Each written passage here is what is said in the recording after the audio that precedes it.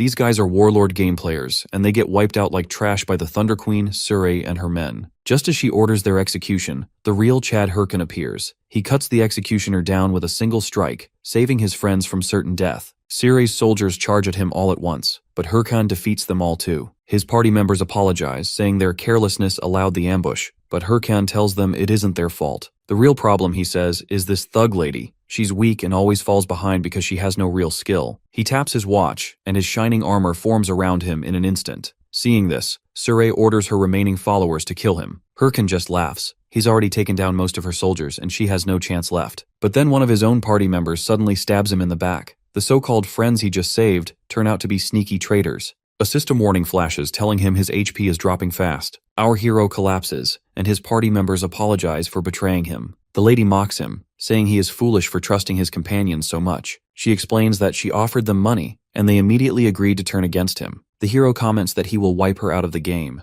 but she laughs and says that if she kills him every time he logs in, he'll never make progress. She mentions that since he plays Warlord full-time and has nothing else in his life, it's a shame he is back to being trash. The hero tries to stand and rush at her, but his own party members again stab multiple blades into his body. He asks them why they have done this bad to him, reminding them of everything he has done for their guild. But the guys tell him that the lady has offered them millions just to kill him. That's why they have betrayed him. Hearing this, the hero feels crushed as his own teammates have turned against him just for some money. Suddenly, the system flashes a warning that he has died in the game and cannot log in for 48 hours. At that moment, he wakes up inside the VR machine where he was playing Warlord. He feels angry as he realizes he has lost everything he worked for. Actually, Warlord is a global sensation, an AI-driven virtual reality game that earns unimaginable amounts of money. It was the only place where our hero truly excelled. He thinks back to his early days in the game, back when he first killed monsters. At that moment, the same guy who betrayed him had invited him to join their guild. Remembering all of that, the hero heads out to find those people and take revenge on them in the real world. Running through the streets, he tries to call someone. He thinks that if he had known things would end like this, he would never have cared about anyone from the beginning. As he is busy in this all, a garbage truck suddenly hits him. He gets some serious injuries from this. Even in pain, he remembers the betrayal of those thugs and swears to take revenge on them no matter what. Suddenly, his surroundings shift, and he finds himself back in the Warlord game's tutorial. The system instructs him to defeat a Minotaur monster. Feeling confused about what's happening, he hears two other players calling him over. They ask for his help, explaining that many of their companions were injured by the monster. They mention that now only the three of them are left to face it. Looking at the massive creature, the hero asks if it wasn't supposed to have been removed from the game 5 years ago due to its difficulty. Hearing this, the other two players feel confused and tell him that the game was only released 10 months ago. At this moment, the hero realizes that he has been sent 5 years back in time. When the two players urge him again to help defeat the monster, he simply grabs his sword and moves forward alone.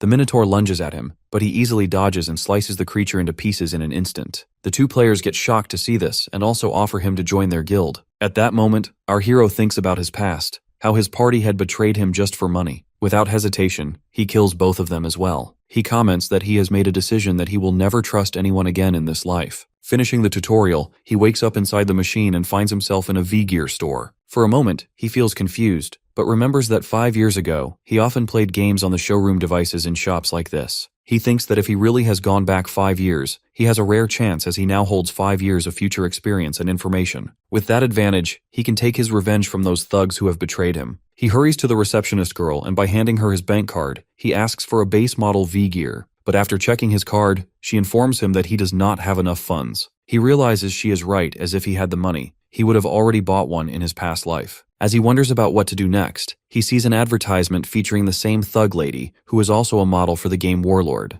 Seeing her face, he realizes that he can't waste time as he needs to start the game again as soon as possible. With that thought, he leaves the store to find a way to get money. Sometime later, he returns home, but this time he has bought a V-Gear machine. He looks at the business card of the company he has borrowed money from. Taking a loan was the fastest method he could think of, but it came with a heavy warning. He recalls when he went to the loan shark's office and asked for 10 million won. The man agreed, but also threatened that if he failed to pay it back, his life would become hell. Thinking that, he enters the machine again and teleports to the game's first mission. The surroundings feel familiar, as it has been a long time since he first stood here. He thinks to himself that a girl should appear soon, just like before. At this moment, the girl named Ariadne materializes and congratulates him on clearing the tutorial. She explains that he must now choose a basic class, and that the skills he raises here will shape his future specialization. She begins with the warrior class, the fighters who battle on the front lines with melee weapons. He considers it, remembering how quickly he leveled up with that class in his past life. But he also knows how difficult it is to play solo later on, so he rejects it. The girl describes the second class, the cleric, a healer who supports others. But our hero passes that one as well. Then she says there is only one option left. She uses her ability on him, to which the system confirms his class selection. He gets teleported to a new location, where an old man greets him. This elder is here to guide him towards the path of magic. He asks what type of magic he wishes to learn. Without hesitation, our hero comments that he wants the dark magic. The old man tries to change the subject and asks how he even knows about the dark magic. He mentions that it is powerful, but it destroys the user's soul. Our hero insists that he understands the risks, to which the old man agrees. Using his power, the elder begins teaching him the forbidden art. He comments that it has been many years since anyone chose this path. A skill book appears in front of the hero, and the old man tells him to place his hand on it. As our hero follows the instructions,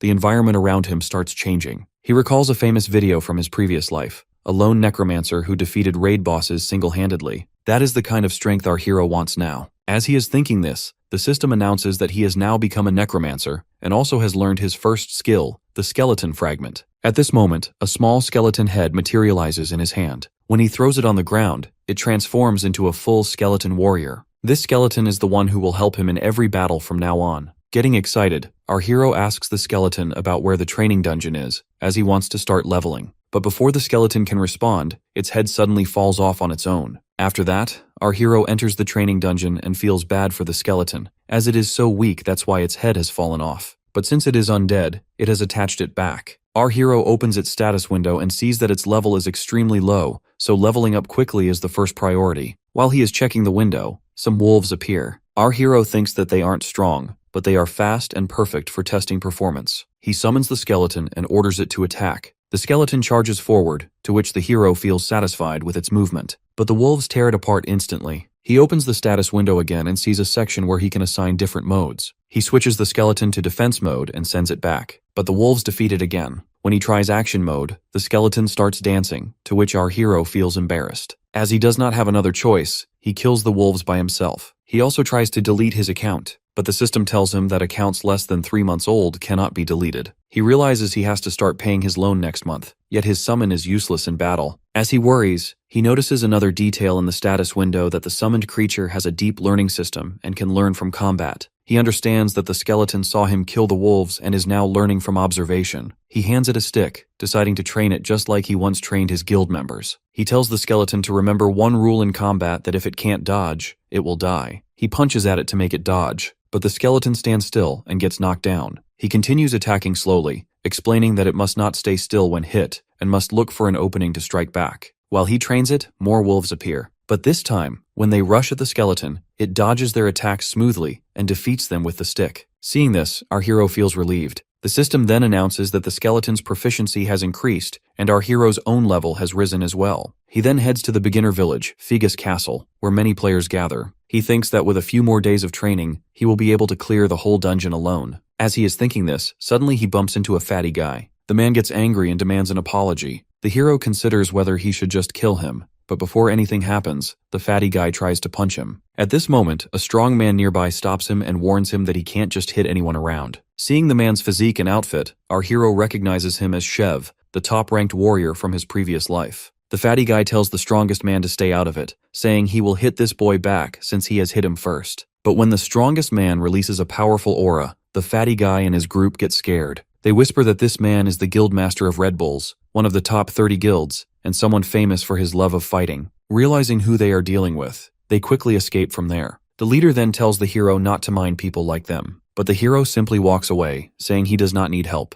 As he leaves, he admits to himself that he was intimidated by this guy's strength, but he promises that the next time they meet, he himself will be a completely different person. He heads to a cave, thinking about the huge gap between himself and other powerful adventurers. He knows that if he wants revenge, he must become much stronger. While he is lost in thought, a tiger monster suddenly jumps at him. Before it can reach him, the skeleton appears and kills it instantly. His level rises to 10, but he feels frustrated that it took 3 whole days to reach this point. The system congratulates him and removes his beginner symbol. It also rewards him for completing the training dungeon. A war watch appears on his wrist, allowing him to check his abilities and other details about the game. When he opens his status window, the system tells him to distribute his status points. Instead of raising mana or intelligence like a normal necromancer, he puts all of the points into strength. While he is doing this, he notices the skeleton is crying. He tells it that raising mana or intelligence will not help much right now. If he increases his strength, he can pass down all the skills he has mastered at his peak. He orders the skeleton to keep focusing on training. He then heads to the Raiders Association at the Figus Castle branch. Many quests have appeared, and adventurers are fighting over them. He approaches a receptionist and says he wants a quest. The man explains that the remaining quests are difficult, which is why no one wants them. But the hero does not care about it and picks a quest from the table. This is the quest of clearing the cave at Bima Mountain for a reward of 10 gold. The receptionist asks if he is sure, since the reward is low. But the hero knows something important,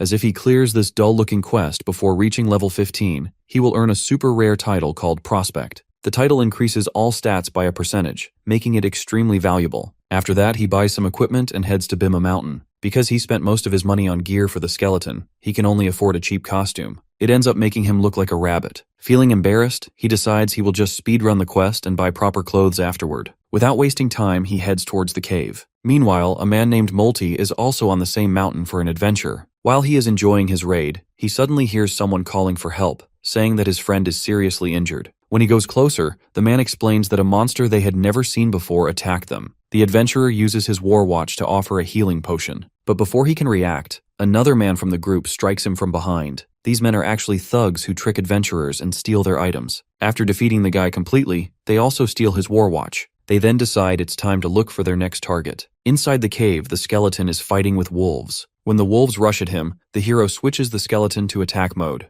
With the sword the hero gave him, the skeleton cuts down the wolves instantly. The system informs the hero that he has gained a large amount of experience. He feels satisfied, thinking that with a sword, a pack of wolves is nothing to the skeleton. He plans to spend the reward points on buying better equipment for the skeleton, to which the skeleton becomes emotional. The hero then moves forward, saying they need to level up quickly to clear the area. Suddenly, an arrow hits the skeleton's head. The hero feels confused about who has fired it, but the skeleton is unharmed. The thugs step out and apologize, claiming they thought the skeleton was a monster from far away. The hero accepts their excuse, but he recognizes them immediately. They wear multiple war watches, and there is blood on their weapons and clothes. Our hero tells them that if they want to compensate him, they should give him a mana potion. The thugs say they have no potions, but offer to help him level up by killing monsters together. While they talk, more wolves appear. The senior thug quietly asks his group if they remember the plan, to which they confirm. Actually, their plan is simple. They will take aggro, cast an attack buff on the wolves, and intentionally send one wolf charging toward the hero. Doing this, they will pretend it's an accident. They follow the plan and a wolf leaps at the hero, but the skeleton moves first and defeats it easily. Getting shocked by the skeleton's speed, the thugs summon more wolves. When the hero is slightly distracted, one thug sneaks behind him and tries to land a fatal blow. But the hero dodges smoothly and cuts off the thug's hand in an instant. Without hesitation, both the hero and the skeleton rush at the remaining two thugs. They beg him to wait,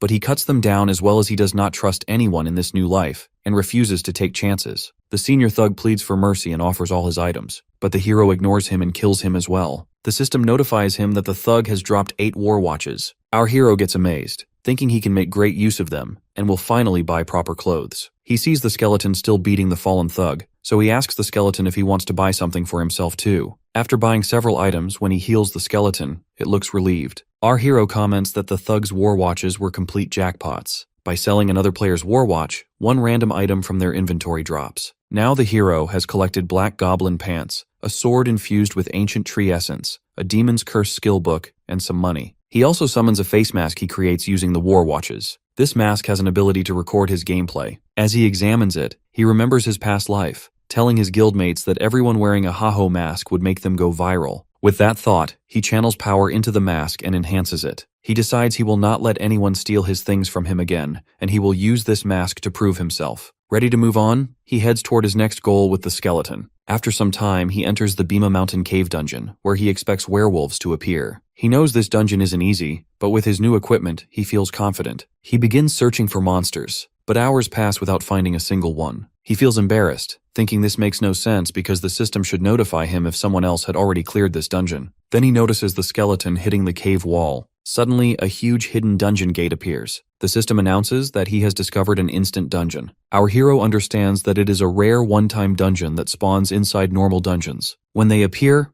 The regular dungeon becomes inactive until the instant dungeon is cleared. They are more difficult, but the rewards are far better. There is only one rule that the user has to clear it or die. Our hero considers giving up on the quest and finding another, but in the end, he enters the instant dungeon. Inside, he appears in a ruined arena. Before he can react, a massive corrupted werewolf steps out. He gets surprised to see this, and when the monster charges, it slams him into the arena wall. But the hero barely feels the damage and starts laughing. Actually, corrupted monsters are tied to the main quest, and he thinks he is lucky to find one so early. He tells the skeleton to get ready, to which the skeleton agrees. The hero leaps at the monster, and by activating the demon's curse on his sword, he lands a powerful strike. As he does this, the monster's arm cuts down. The system reports that the monster's stats are reduced by 10%. The hero comments that the demon's curse works pretty well for his first try, but then the system warns him that the monster is now angrier than before. When it charges at him to attack again, the hero quickly activates the Warwatch ability, Slot On. Doing this, a magic circle appears around him and he gets more powerful. Actually, Slot On is one of Warlord's unique features. When a player activates it, they gain temporary strength drawn from the world of Warlord. The hero knows this transformation varies from player to player, which is why most users call it the ultimate mode. As the werewolf boss charges at him again, the hero dodges every strike easily. Even so, he can't land a proper counterattack as the monster's speed is overwhelming. Still, he does not give up. When he finally spots an opening, he delivers a strong blow to the creature's chest. Getting angry, the werewolf slams the ground forcefully. The impact shakes the area, and our hero falls back again. Just as the monster leaps at him for a finishing strike, he summons his skeleton companion, who cuts off the werewolf's arm with his sword. The hero tells the skeleton that it's time to use the technique they have practiced. Together, they leap toward the monster, and by giving it multiple strikes, they cut it into pieces. At that moment, the system announces that our hero has successfully hunted the werewolf. It also reports that, because the skeleton has defeated such a powerful creature, its skill has risen to rank E. Finishing the hunt, the hero receives several rewards, including a necklace called the Corrupted Tracker. He gets amazed when he checks it as it's a rare item. The system also notifies him that 3 new titles have been registered: Promising Rookie, Challenger of Heroes, and Corrupted Tracker. The third title confuses him because it's the introductory title for the first chapter of the main quest, Count Corruption. He recalls that the main quest is the core storyline of Warlord's universe, and its rewards are so exceptional that every player tries to get involved. In his previous life, he had barely reached the 4th chapter, yet now he has already unlocked the beginning. It feels like he has hit the jackpot. After logging out of the game, he watches the news, where several players are being interviewed. They proudly announce that their guild is entering the final chapter of the Count Corruption scenario and aim to complete it within 3 months. Hearing this, the hero feels discouraged. What he has just celebrated as a big achievement is something others have nearly finished. He knows that if he tries to join the scenario at this stage, he will not gain anything. He decides that he should give up on this round and aim for the next chapter instead. But then he realizes that this situation might actually be an opportunity for him. Right now, the entire world is focused on Count Corruption with huge interest. It's the first main quest of Warlord, and it's about to be cleared. He thinks that if he uploads a video related to Count Corruption at this moment, he could attract a lot of viewers. Feeling relieved that he has recorded his own gameplay, he decides he wants to upload it. He knows the editing quality will matter the most, so he concludes that he needs to contact the editor known as Romeni. She is the woman everyone once called the god of editing in his previous life. Meanwhile, as the editor is relaxing, she receives a message from the hero asking her to edit a video for him. At first, she assumes he is just another low-level player trying to show off, since he is only at level 15. But when she watches the footage, she gets stunned and agrees to take on the project without hesitation. After some time, another senior woman watches the uploaded video. She immediately calls her assistant and informs him that a new clip related to Count Corruption has appeared. She notes that it's impressive as someone at level 15 has managed to solo a corrupted werewolf. The assistant comments that they have already checked this video. He insists there's nothing special about it, saying the werewolf's level is low and not worth paying attention to. But the woman disagrees. She says she likes the video and orders him to bring the boy to her. Actually, this woman is none other than the Thunder Queen Asura,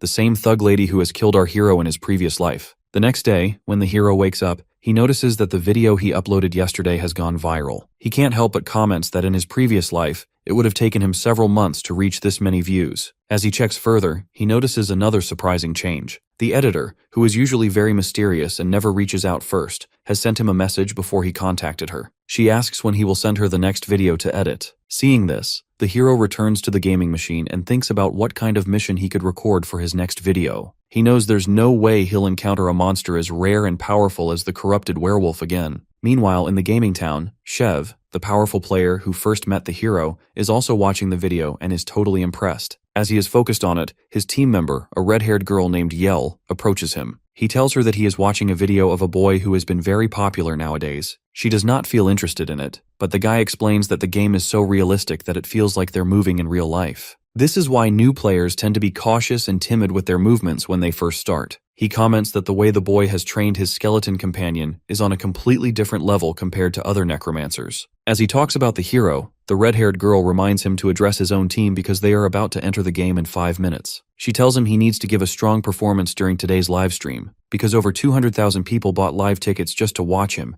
as he is the leader of Red Bulls and the player ranked 9th in Warlord. The leader gathers his team. As the dungeon gate opens, they prepare themselves and step into the dungeon to hunt. Meanwhile, the hero visits the Raiders Association at the Figus Castle branch, but he feels disappointed because there are no quests available. At this moment, an old man approaches him. Recognizing him as the adventurer who has cleared the cave of Bhima Mountain Dungeon, the old man introduces himself and pulls the hero aside. He explains that he knows the hero encountered a mutant in the cave and suspects it is a monster that has been affected by the power of the Corrupt One. He mentions that they have not yet figured out exactly who is behind it, but it is clear that their power is causing monsters to go on a rampage, and many adventurers have already fallen victim. When he comments that this is why a bounty has been placed on the culprit's head, the hero immediately offers to assist, promising to give everything he has to capture the evil figure. At first, the old man hesitates, but when the hero insists on taking on the hidden quest, he finally agrees. He tells the hero about a person named Ahimbri at Bangsu Castle who can teach him. He assures the hero that he will provide a letter of recommendation, and all the hero needs to do is deliver it. Taking the letter, our hero leaves the association. He feels excited as not only has he received a quest to deliver the letter, but he also has the chance to become a student of Ahimbri. He knows that the guy is an NPC, one of the 7 disciples of the great mage Bokan. All mages want to meet him because he provides the rarest skill books. While thinking about the new quest, he suddenly remembers a task he needs to complete before starting. He heads to the forest and summons his skeleton companion. He comments that he has not checked his rewards from the last battle yet. From his system, he pulls out the werewolf's skull and uses it to strengthen the skeleton. Next, he retrieves the necklace of the corrupted tracker from the system. When he equips it himself, his own status rises significantly. He then tosses 2 small skeleton heads onto the ground. Doing this, 2 more skeletons are born to serve as his companions. He addresses them that from now on, the 3 of them will fight together as a unit. Saying that, they head toward their next target. The hero encounters a level 25 bear monster that charges at him to attack, but he dodges its strike easily. He orders one of his skeletons to attack, but the bear swaps it aside. Feeling embarrassed, the hero instructs the skeletons to approach from the blind spot, hoping for a better strategy. However, the second skeleton leaps straight at the bear from the front and is thrown aside just like the first one.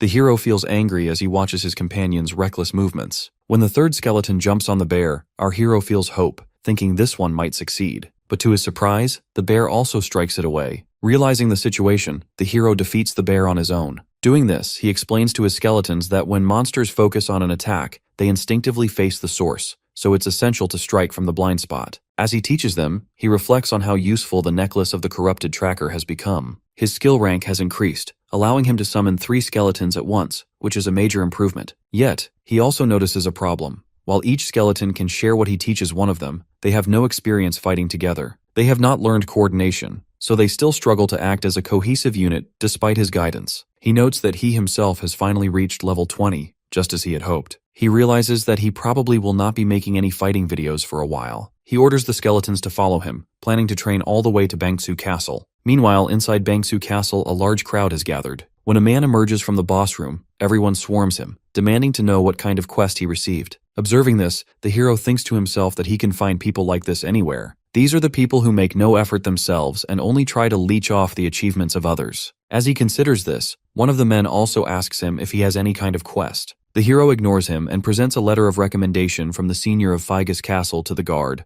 After checking it, the guard grants him the permission to enter the boss room. As the hero steps forward, the other men attempt to follow him as a group, but the guard blocks them. Thinking about what reward the boss of Bangsu Castle might give him, the hero steps into the room, but he gets surprised to see countless skill books arranged everywhere. The boss asks him for his identity, to which the hero presents the recommendation letter. Reading through it, the boss hands him 2 skill books, Bone Armor and Madness Helm, as a reward. The hero gets surprised because both are rare and valuable. The boss then tells him that his current quest is complete and that he may leave. However, the hero pleads with him that he will do anything if given another quest. The boss agrees and assigns him a new task, to retrieve an egg from a nest. The hero feels disappointed since there is no reward for this quest. Meanwhile, a knight enters the same town. Looking at him, everyone gets surprised as he wears exceptionally expensive gear. Scanning the area around, the knight remarks that this is the place where the boy known as Heiho Mask can be found. At this moment, the hero steps out of the boss room, feeling like he has been scammed. He has expected a quest related to the main story, but instead, he was given a simple task to retrieve an egg, without any reward. As he is thinking this, a group of players suddenly surrounds him, demanding to know what quest he has received. As he is feeling confused about how to deal with them, suddenly the knight appears and pushes the crowd back. The knight then asks if the hero has a moment to talk. They move to a quiet street, where the knight first apologizes for the trouble. He removes his helmet to reveal his face. From the expensive gear he wears, the hero guesses that this knight must be a ranker, though he does not recognize him. The knight asks if he is Heiho Mask. Noticing the situation, the hero decides to pretend as he does not know about Heiho Mask. He responds by asking who Heiho Mask is. The knight then inquires whether he has not received a quest from Ahimbri yet. The hero responds that he cannot share any information with the knight. With a fearful expression, he even grants permission to be killed if the knight wishes to fight. Observing his behavior, the knight apologizes for the misunderstanding, to which the hero quietly leaves. From behind, the knight's female companion approaches and comments that she does not believe the boy is the one they are searching for. She wonders if they should continue watching around Ahimbri. She comments that the corrupt count quest is nearly complete, and that even if someone discovered anything now, it would be too late to act. The knight mentions that the Egg of the Nest quest is a main quest, and they shouldn't take unnecessary risks. Because of this, both of them return to their positions. Watching them from above, the hero realizes that they must belong to an organized group since they are coordinating so efficiently. He also concludes that if they were part of an ordinary guild, they would have revealed their identities after explaining their intentions. This means that they are far from average. Afterward, the hero returns to the forest, where his skeleton companions are training. He thinks to himself that one thing is certain: there is more to the nest egg quest than it seems. The hero realizes that the knight and his companion probably saw his video, which is why they knew he would receive a quest from Ahimbri. He thinks to himself that he has no idea what this quest truly involves, but if he continues, he is bound to keep running into them. He also notes that if he wants to avoid them, he has to stop uploading any videos for a while. He wonders why so many chaotic people keep interfering in his life, as dealing with the thug lady alone is already more than enough. Meanwhile, the thug lady emerges from the gaming machine. Her female assistant hands her some water and asks how the guild entrance exam went. The thug lady comments that all the participants were trash. She asks if there are any updates on Heiho Mask. The assistant replies that the boy seems to have joined another guild, as he has not responded yet. Hearing this, the thug lady feels angry and instructs her assistant to report back once she knows for certain. She then asks about the president's response, to which the assistant says he has not commented yet. The thug lady remarks that he remains silent because the warlord is performing exceptionally well. She changes her clothes and remarks that he had once tried to forcefully arrange a marriage when she first mentioned playing this game. She then orders her assistant to gather a new set of applicants and report back by tomorrow morning. Hearing this, the assistant gets stunned. Meanwhile, the hero makes his way to the lizard swamp, reasoning that since Ahimbri is currently at Bangsu Castle, the quest must be somewhere nearby. Considering the task involves finding an egg, he narrows the possibilities to a bird, reptile, or insect-type monster. With his current level in mind, the lizard swamp is the only suitable location. He summons his skeletons and notes that the monsters here are high level, so he should probably use the enhancement skill he learned last time. Activating the Madness Helm skill on the skeletons, they grow stronger than before, even though they have horns on their heads. The hero decides they need to test their new power, so he orders them to attack him first. As one of the skeletons leaps at him to attack, the hero quickly punches its head away. He feels bad as his companion has screamed at him. While he is assessing the situation, a group of lizard man monsters emerges from the swamp. He orders his skeletons to take them down. The skeletons follow the instructions and defeat 3 monsters instantly. Watching them, the hero feels satisfied as his level rises, and he gains valuable experience points. He comments that over the next week, they will continue hunting monsters and searching for the egg. And if this area isn't the right region for the quest, they will move elsewhere. Meanwhile, a beautiful girl named Ilya watches him from a distance. She reflects that she rarely admits it,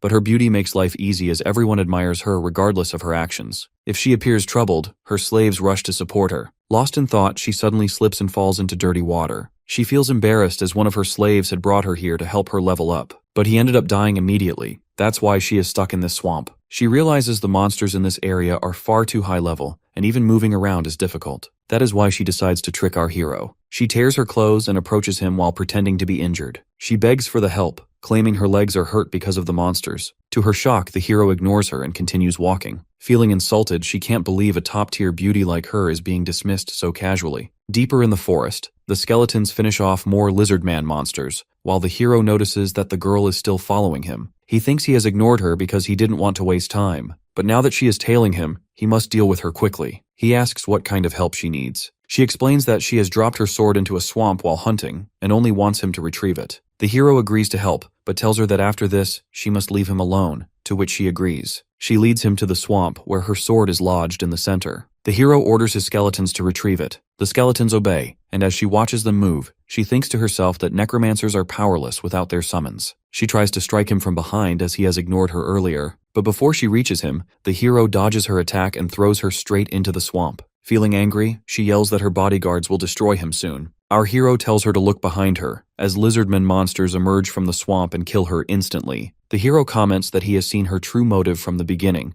as he is done being tricked in his past life. He then orders his skeletons to get back to work, as she has wasted his time already. A moment later, the system notifies him that the girl has died in the game. He is surprised to see that he actually earns points because of her death. Remembering how she bragged about having bodyguards, he thinks that she was just talking nonsense since a girl like her couldn't possibly have any. But in reality, she was telling the truth as her bodyguards are watching our hero's movements, and now they're ready to avenge her. After some time, one of the girl's bodyguards charges at the hero, but our hero gives him some serious injuries. He asks the man why he is going this far for her, pointing out that she would not date him even if he avenged her. The man says he is doing it simply because he loves her. The hero ends the fight by cutting him down. He comments that the girl kept trying to scam him. That's why he has defeated her. He never expected her earlier threats to turn out true. Because of her, he keeps running into crazy people every day. He is already stressed from not finding any proper quests, and now he is being chased by obsessed goons. He even considers finding that girl again just to kill her one more time, but he realizes that would only drag him into deeper trouble. He picks up the war watch the man has dropped. The system informs him that he has obtained goblin leather boots and the necklace of promise. The hero recognizes the necklace and realizes it can sell for 800k1. Just as he is excited about the reward, another one of the girl's bodyguards appears to fight him. The hero feels satisfied as he keeps earning rewards from each encounter. But when he notices there are too many of her bodyguards, he realizes things are getting dangerous, so he starts running for his life. As they chase him, he orders his skeletons to block them. However, one bodyguard uses a love-type skill and slices the skeletons easily. Seeing this, the hero gets stunned and realizes these men are higher level than him, and there are too many to fight head-on. He keeps running until he reaches a deep forest. The area looks different from the rest of the region, and he notices a strange black swamp he has never seen before, even after days of searching. Looking at it all, he gets an idea about how he can defeat those bodyguards. A little later, the bodyguards arrive at the swamp. In the center, several skeletons are dancing around. This is the trap the hero set for them. The bodyguards get angry and assume the boy is mocking them with this display. One man leaps toward the skeletons to attack, but before he lands a blow, a massive dragon lizard bursts out of the swamp and kills the guy instantly. Seeing this, the others get totally shocked. At this moment, the hero hides behind the trees and feels excited as he realizes the nest belongs to a dragon lizard. It's a boss monster with overwhelming defense, health, and attack, so powerful that a party of 20 players averaging level 40 would barely manage to take it down. He recalls hearing that the dragon lizard raid was completed some time ago, meaning this monster normally would not be here. But he knows that if a player with a related quest enters the area, the monster will respawn. He concludes that since the dragon lizard is here, this must be where Ahimbri's quest takes place. He feels bad as he wasn't expecting the boss to send him to fight such a creature, but now he has the chance to gather strong teammates, so it should be manageable. As the bodyguards start to retreat, the hero declares that they will not be leaving so easily. He activates the Madness Helm mode on his skeletons and sends them to block the bodyguard's path. At that moment, the dragon lizard kills another bodyguard, to which the others panic. Seeing the distraction, the hero gets the opportunity and moves toward the nest to steal the egg. When he reaches the huge nest, he gets surprised to notice that there are no eggs there. After searching carefully, he discovers an egg-shaped stone. As he examines it, the system notifies him that his skeleton warriors have been destroyed. Realizing the dragon lizard is returning, he understands he must leave immediately. As the monster comes back, the hero manages to escape. He concludes that he has no choice but to bring this egg-shaped stone to the boss, since searching the nest further would be far too dangerous. He returns to the injured bodyguards and takes their war watches. He remarks that Warlord is such an interesting game, full of strange people, because players have so much freedom. When one of the bodyguards gets angry, the hero explains that he has only been playing along with them as a joke, but he has limits. He warns them that if they chase him again, he will not go easy on them. With that, he leaves. thinking that if they pursue him despite the warning, it will be a full-scale war. After some time, he reaches the boss of Bangsu Castle and hands over the egg-shaped stone he retrieved from the nest. He hopes it's the correct item, as he does not want to search the map again. The boss examines the stone carefully and confirms that it is exactly what he was looking for. The hero gets amazed, and the boss comments that he didn't expect someone like him to succeed so quickly. The hero replies that he gave it his all and asks if he can receive the next quest immediately. The boss then asks if the hero knows what the item is. He explains that whenever they researched areas with mutated monsters, this object was always present, so they have temporarily named it the Corruption Stone. The hero realizes that this is why the knight had been chasing him. He understands that the Corruption Stone is a key item tied to the main quest, and that the knight wanted to prevent anyone else from obtaining it, as it could affect the flow of the storyline later. He reflects that he had thought the quest was a scam, but never imagined it would connect directly to the main quest. The boss admits that he knew this quest would be overwhelming for the hero, but they are also facing a powerful being. He needs to test the hero's willpower and asks if he is ready to fight against corruption.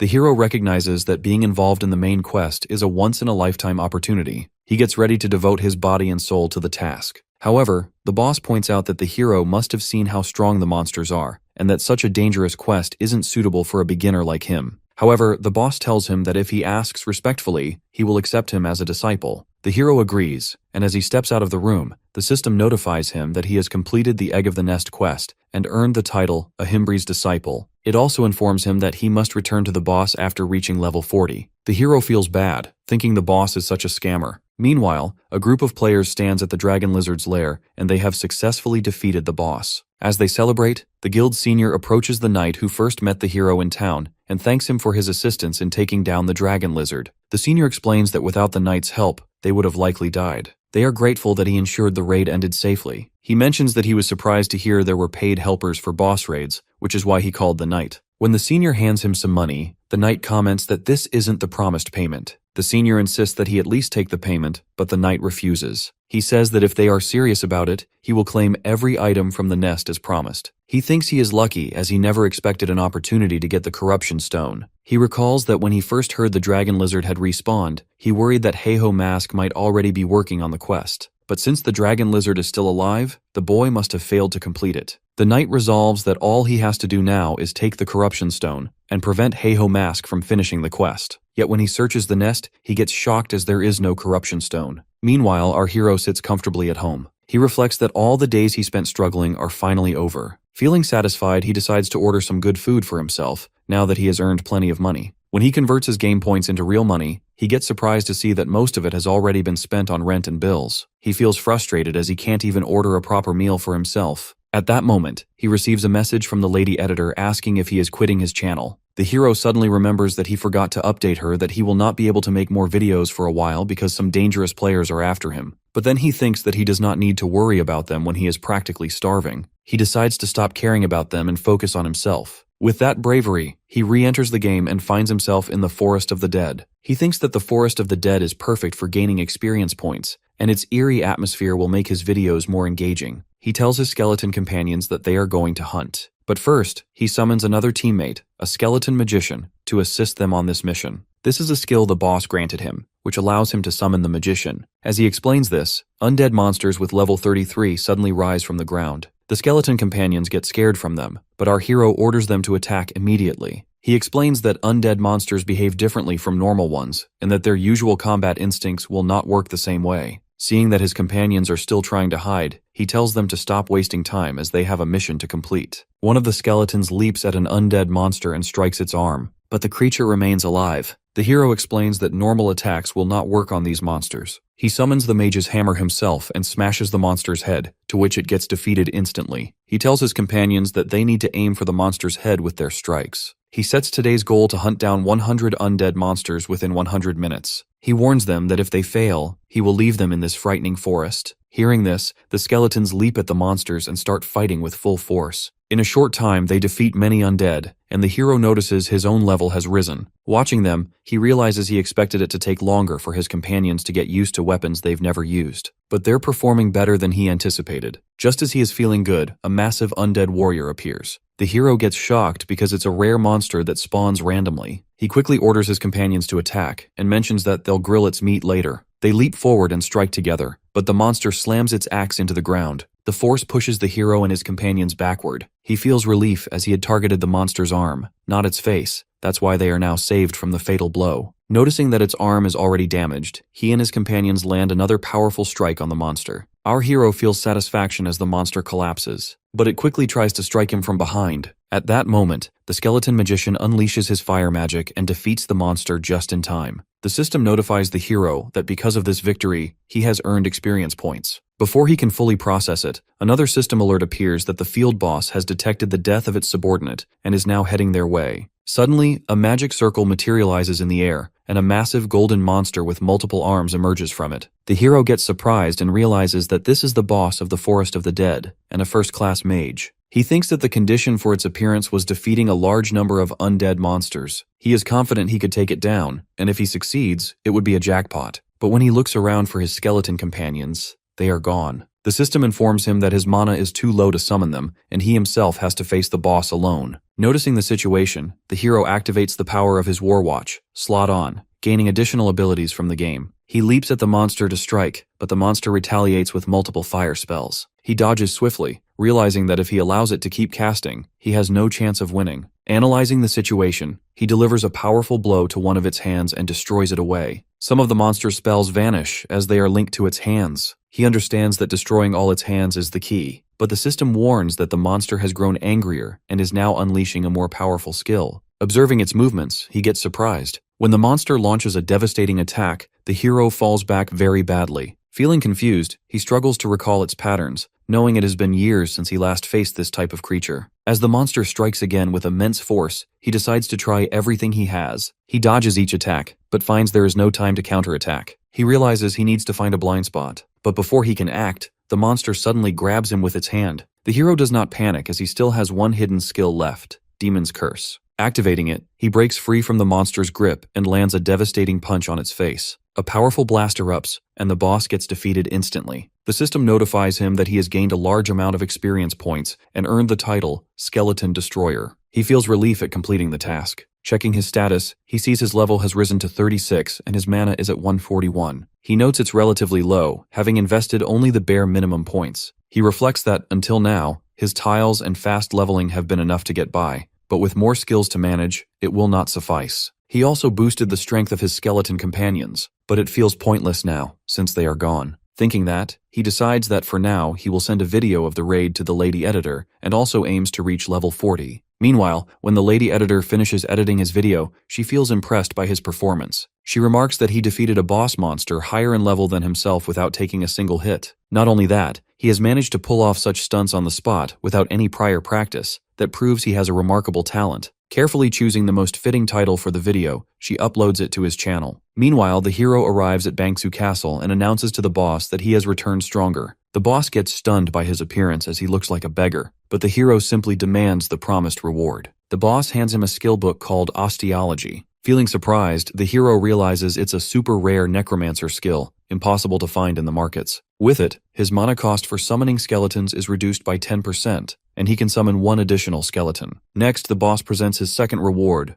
the Corrupted Tracker's Ring. He explains that he used the corrupted stone the hero brought so he could harness the power of the corrupt one himself. The hero gets amazed, knowing this ring is only given to the first players who complete the main quest. But as he is going to take it, the boss suddenly challenges him that he will only give it if the hero can catch him. The hero agrees, and when the boss runs, he leaps at him with incredible speed. Moments later, he emerges from the castle wearing the ring as he has successfully caught the boss. He also receives a new quest from the boss, to search for an agent named Miggy at Suryu Castle. Realizing that the castle area is high level, he understands he needs to gain more experience before heading there. As he contemplates his plan, a message from the lady editor suddenly pops up. She tells him that she has uploaded his latest video to the channel and urges him to check the analytics for himself. When he opens it, he gets surprised as his video has already surpassed 2 million views. On top of that, he has received significant donations from multiple guilds. He is amazed at the thought that he can now afford any kind of delicious food he wants. Deciding to log out for the moment, he notices another massive donation,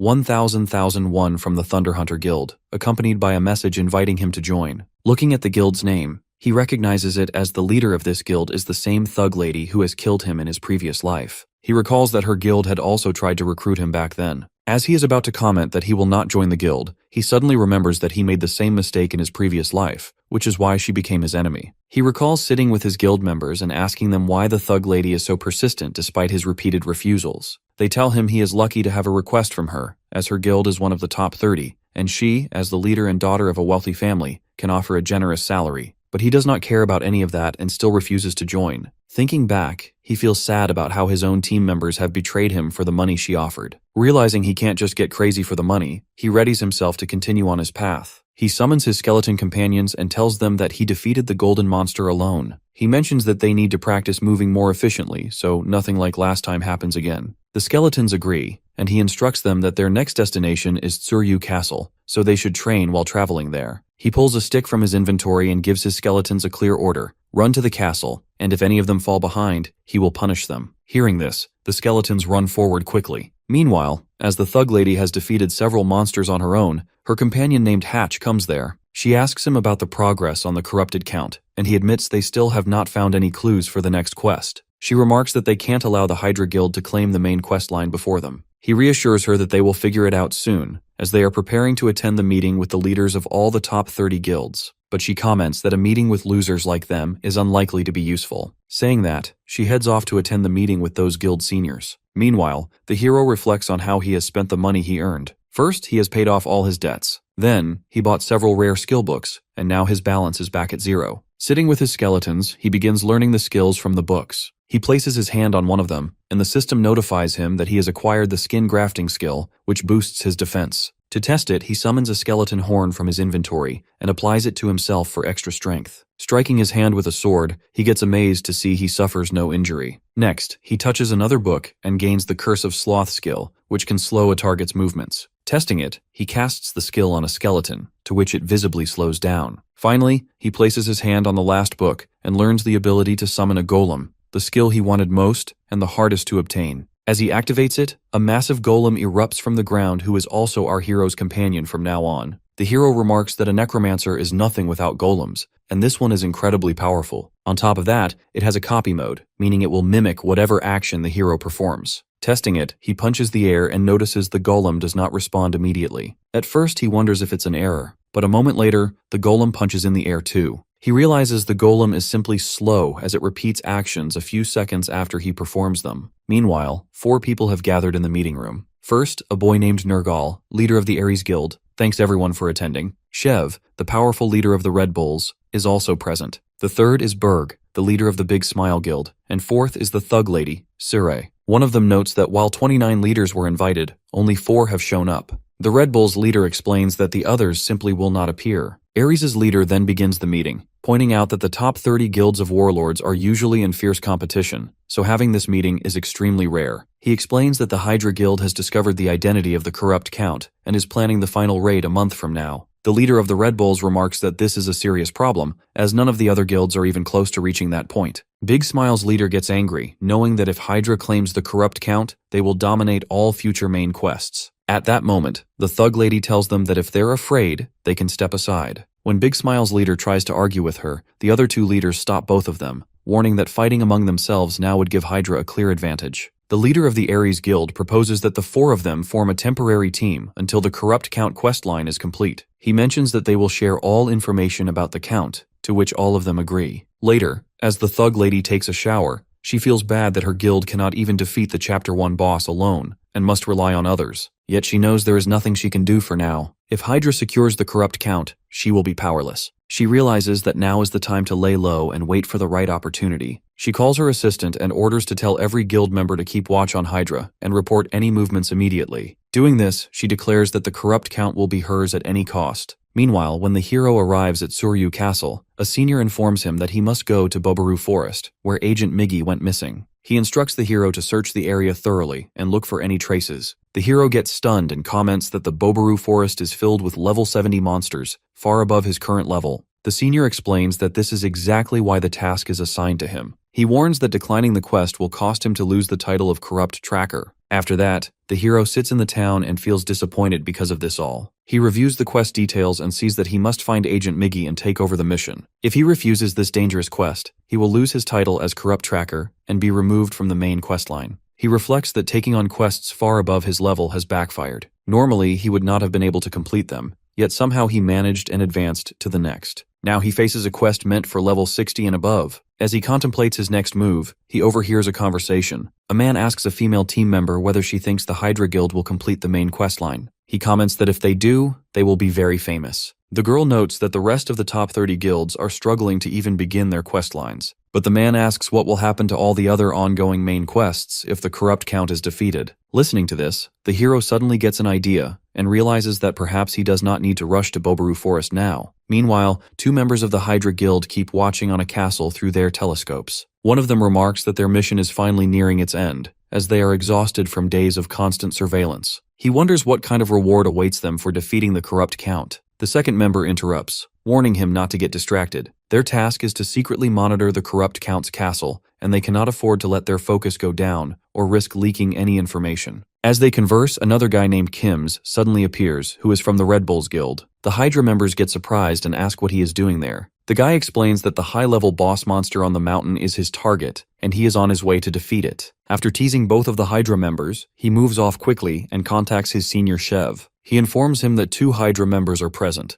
The leader notes that it seems the tip they received about the corrupt count's location was accurate. However, his girlfriend comments that she was certain it was just a prank message. She mentions that the Hydra members have provided such critical information anonymously and for free, making their true motive unclear. The leader suggests that perhaps they harbor a grudge against their own guild. The informer asks if he should track them down now, but the leader tells him not to, warning that if that location is indeed the corrupt count's castle, most of Hydra's forces will be stationed there. As they speak, a girl named Hahui, the princess of the Thunder Hunters Guild, suddenly attacks the informer from behind. She demands him to reveal everything he knows or face immediate death. Meanwhile, the hero's golem is engaged in battle with a bear, while the skeletons are watching their fight. The hero himself checks his system, noticing that no expected emails have arrived yet. He considers that the only way to solve the situation without venturing into Boboru Forest is to forcibly complete the quest. He reflects that the Warlord main questline consists of multiple chapters, and the current one in progress is Chapter 1, the Corrupt Count. He mentions that once the corrupt count is defeated, the chapter will end, and all related quests will be forcibly closed. Even if he attempted to take on the corrupt count alone, there is no way he could defeat it within the time limit. He explains that he does not care who accomplishes the task as he just needs someone to do it, which is why he has spread the information to multiple guilds. However, the problem is that no one has contacted him yet. As he considers this, the system notifies him that the Hydra Guild's official channel has started a live stream. At the same time, the bear fighting his golem is making too much noise, so the hero delivers a powerful punch to silence it. He opens the live stream and sees the senior of the Hydra Guild announcing that they are the first to uncover the identity of the corrupt count and are planning a raid. He specifies that the raid is scheduled to take place just 3 days from now. Seeing this, the hero remarks that the raid is happening sooner than he expected, but he feels satisfied, as everything is happening according to his plan. He notes that he has no reason to worry about the Hydra Guild as they are far ahead of other guilds in the main quest and have many skilled players. He adds that once the main quest is complete, his biggest obstacle will be gone, and in 3 days, his life will be peaceful and enjoyable. However, 3 days later, news spreads that the Hydra Guild has failed in the mission. All of its players have perished. Sitting at home, the hero gets surprised by the report and suddenly receives another notification that the Red Bulls Guild has started a live stream. Opening it, he sees their leader addressing his team. The leader explains that since the battlefield is being restored, it is clear Hydra failed their raid. He emphasizes that the enemy is so powerful that even Hydra could not hold out. He acknowledges that their own chances of success are now slim, but he declares that they will still take on the challenge, to which his team members cheer. He then introduces another partner who will join them in the raid, the guildmaster of the Thunder Hunters, the Thug Lady. When our hero sees her, he gets stunned. Sometime earlier, when the leader of the Red Bulls was sitting with his team, the Thug Lady suddenly appeared to meet him. He asked if she was declaring war, but she calmly assured him that, for now, they were allies.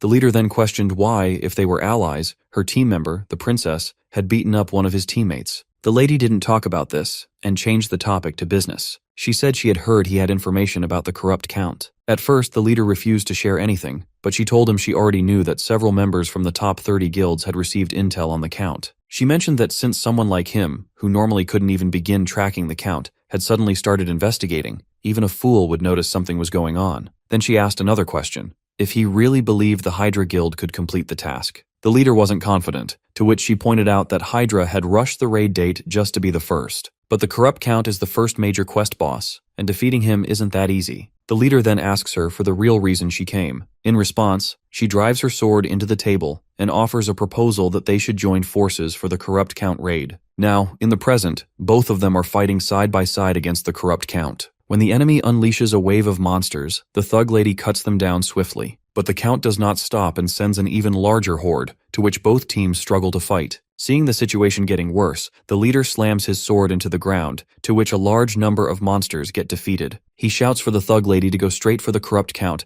as he has now cleared a path for her. She leaps forward and by dodging incoming attacks, she gets closer to the enemy. But the corrupt Count inserts several spikes into her body. Seeing this, the leader gets worried, but she does not lose control. She cuts through every spike and by delivering a powerful slash across the corrupt Count's body, she cuts him into 2 pieces. When the hero realizes she has actually defeated the corrupt Count, he gets shocked. Still, he feels relieved as what matters is that the corrupt Count is dead, no matter who dealt the final blow. He states that this will be the last victory these guilds ever claim, because in the end, he will be the one who truly comes out on top. After that, he heads to the Bulkas Mountains and happily runs across the open fields with his skeletons. But his excitement ends when a group of pig monsters suddenly starts chasing him. A few hours earlier, when he reached the area, he saw that the entrance was sealed with laser barriers. He knew he couldn't enter until a certain condition was met. However, he also knew that the Bulkas Mountains were the starting point of Chapter 2's main quest. So once the corrupt Count, Chapter 1's main boss, was defeated, the barrier would automatically disappear. With that in mind, he stepped into the field and immediately received the title, First to Enter This Area. He declared to his skeletons that it was finally his time to shine. But moments later, level 60 pig monsters began chasing him. Now, in the present, as he runs for his life, he wonders how these pigs appeared so quickly when he only just entered. Then he realizes that other players must have already realized the area is open, so he can't afford to waste time. He switches his skeletons into helm mode and orders them to attack. But unfortunately, the pigs wipe them out instantly. Sensing danger, the hero quickly uses his skill, Curse of Sloth, and freezes the pigs on the spot. He knows they will not be able to move for about 5 seconds, so he summons his sword and prepares to strike before the effect ends. But just as he charges forward, a monkey monster throws a banana at his feet, which causes our hero to fall down. He feels angry at the monkey, but at that moment he realizes the Curse of Sloth has worn off and the pigs are charging at him to attack. However, before they reach him, a barrage of powerful arrows shoots through the pigs which kill them instantly. Feeling confused, as the hero looks around, a man who has done this all approaches and asks about his condition. Meanwhile, in Suryu Castle, 2 men notice someone wearing a full set of gleaming white mamba armor standing in the street. They comment that the armor is extremely expensive and only a high-ranking player could afford it. This knight is the same man who previously encountered the hero. His companion, a girl named Michelle, joins him. The knight asks if she has discovered the identity of the mysterious reporter. She rejects and says none of the guilds know who sent them the information. She feels puzzled about how someone who knows the true identity of the corrupt Count could share such valuable intel with everyone for free. The knight asks her if she has found any trace of the Haho mask. She replies that the boy is only uploading ordinary hunting videos and insists there's no way a newbie who just started the main questline could be behind all this. Then she asks the knight where he is headed for his next helper job. He says he is going to the Sweepers Guild. As he moves toward the job, he tells her to focus on finding the culprit because he does not know who it is, but he will make sure they pay for disturbing the world's balance. Meanwhile, the man who saved the hero's life brings him to his home in the center of the forest. The hero introduces himself as a disciple of Ahimbri and feels fortunate because he never imagined he'd meet Ma Wung, the main NPC of Chapter 2's main questline. He recalls that this guy is skilled enough to have been the prince's swordsmanship instructor, but he was dismissed after an unfortunate incident. Later, he became the captain of the rangers guarding the Bulkas Mountains. Just as the hero feels excited about meeting him, the NPC warns him that he should leave soon since there's nothing here but monsters. The hero remarks that even though the corrupt Count is dead, corrupted monsters are still roaming the area. He explains that he was tracing the source of the corruption and ended up here. He asks the NPC if he knows anything about it. The guy says he has someone in mind but has no solid evidence yet. He then asks the hero if he would help him to gather the proof. Getting surprised by the offer, the hero receives a system notification that he has obtained a title, First One to contact with a Bulkas Ranger. The hero agrees and asks what he should do first.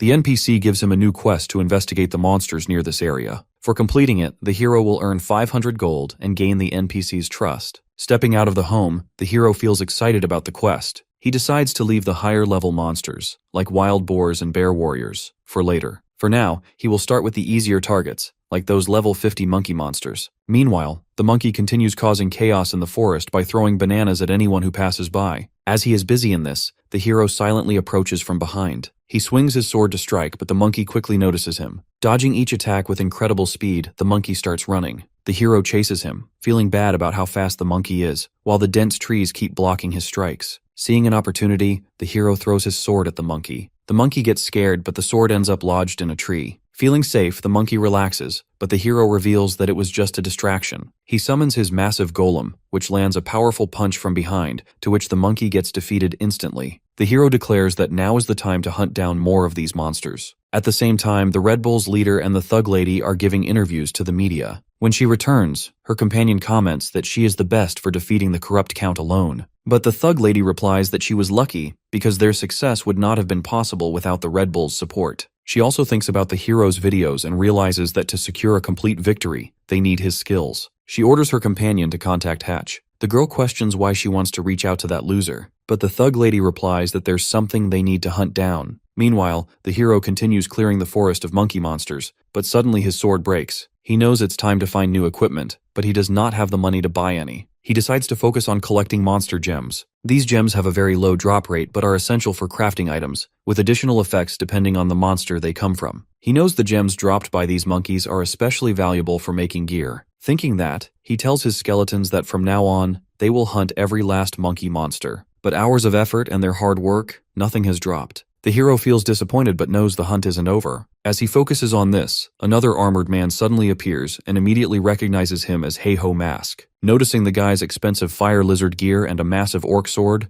the hero understands that this guy must be at least level 70. The man introduces himself as Quixote, and by demonstrating some of his skills, he challenges our hero to an official duel. He brags that he has heard about the hero's popularity on social media and wants to defeat him to gain fame. The hero realizes that this guy is just an attention-seeking fool, so he moves back on his way. But the guy insists on the fight, offering 5,000 gold as a reward. Hearing the amount, our hero feels interested and agrees to the duel. The guy then thinks to himself that, because of his talent, he is always the center of attention in any game he plays. But in Warlord, no one seems to notice him. One day, while in town, he overhears people talking about Heiho Mask, the boy who has become extremely popular on social media. Feeling embarrassed, Quixote rushes into the forest alone, frustrated that a lower-level player with mediocre gear is getting all the fame. As he is angry, he notices the same popular boy, our hero, completing tasks in the forest. An idea strikes him that if he records a video of himself defeating the boy, he could steal all the fame. Recalling that, he removes all his armor and gear, to which our hero feels confused. He explains that he wants the fight to be fair, claiming he knows the hero's sword is broken, so he is taking off his own equipment.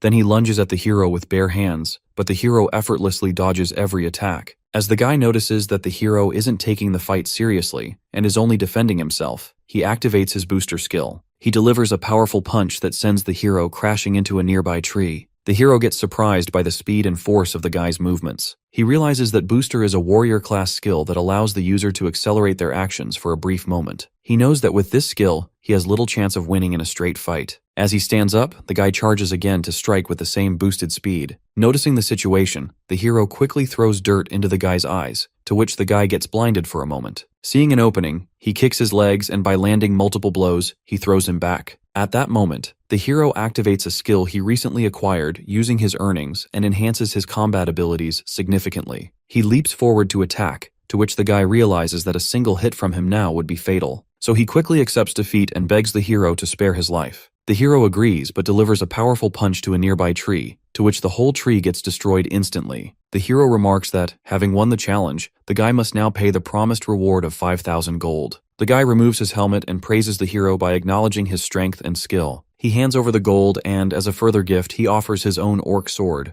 The hero gets surprised about this and asks why he would give such valuable items for free. The guy tells him to accept it as a token of his gratitude. He admits that in his pursuit of fame, he had neglected to actually grow stronger. He says the hero has made him realize his mistakes. He declares that he will consider the hero his own brother from now on. Understanding the guy's true motives, the hero kicks him back and orders his skeleton companions to subdue him. The skeletons follow the instructions and tie the guy to the tree. Doing this, the hero and his companions continue on their path. The hero marvels at the orc sword he now possesses, knowing he no longer needs to hunt the monkey monsters for better gear. But he still feels greedy and considers hunting more for potential rewards. However, his skeletons stop him and urge him to just focus on the next quest. After some time, the hero returns to the NPC, who hands him the reward for completing the quest. The NPC notes that the hero has defeated 950 monkeys, 104 wolves, and 76 poison lizards. He remarks that the investigation has been progressing smoothly thanks to the hero's work. The NPC then briefs him on the next mission, warning that it will be especially dangerous. He points to a location on the map near the mountain peak. He explains that a bear warrior has appeared there. Bear warriors stand around 4 meters tall and wear armor similar to human warriors. The NPC tells the hero that discovering where these monsters obtain their weapons could be key to uncovering the identity of the corrupt one. The hero understands that he is expected to defeat them and bring back one of their weapons. The NPC asks if the hero can handle the mission alone, as even rangers struggle against these monsters,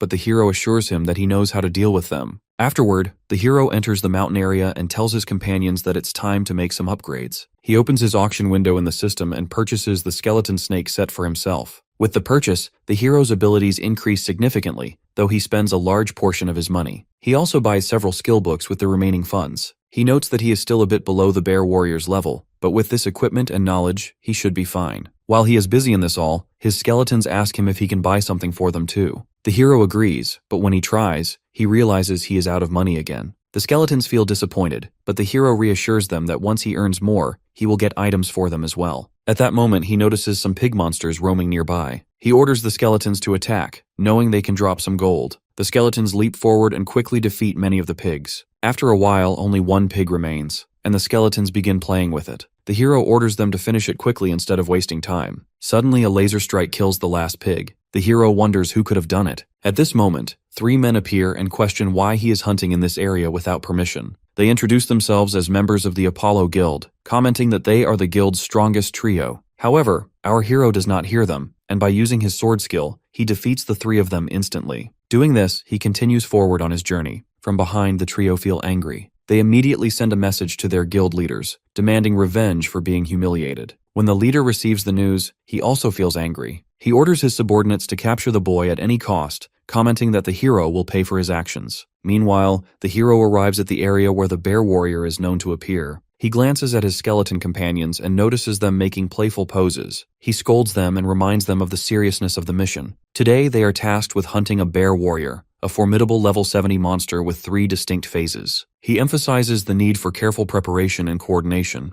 The hero explains that defeating this bear warrior will give them a significant advantage, potentially putting them ahead of the top 30 guilds in main quest progression. He makes it clear to his skeletons that there is no space for mistakes on this mission. As he describes the plan to his skeletons, a massive bear warrior suddenly emerges. The hero immediately prepares for the battle by activating his slot-on skill. Meanwhile, Hatch, a mage from the Thunder Hunters Guild, approaches the Bulkas Mountains. He hopes Heiho Mask is still in the area as he has watched his last video of the monkey monster raid. The mage feels frustrated with himself as he is supposed to be an important player, yet his seniors have sent him here to deal with a newbie. As he mutters to himself, a level 65 pig boss suddenly appears and charges at him to attack. The mage does not scare at all, and by using his fire magic, he kills the monster on the spot. Actually, he isn't just a normal mage. He is a rank 5 mage in Warlord and a valued member of the Thug Ladies Guild. Meanwhile, the hero stands in front of the huge bear warrior. He recalls that before his regression, he and his guild had attempted this raid 6 times and barely managed to defeat it. He knows that if he fails again, someone else might overtake him in the main quest. Observing the bear, he realizes that to land an effective hit, he must target the seams in its armor and strip its equipment. He instructs his skeletons to act only on his signal. Then he activates his new skill, Muscle Modification, which allows him to move quickly through the air. To his surprise, he struggles to control the skill's full power.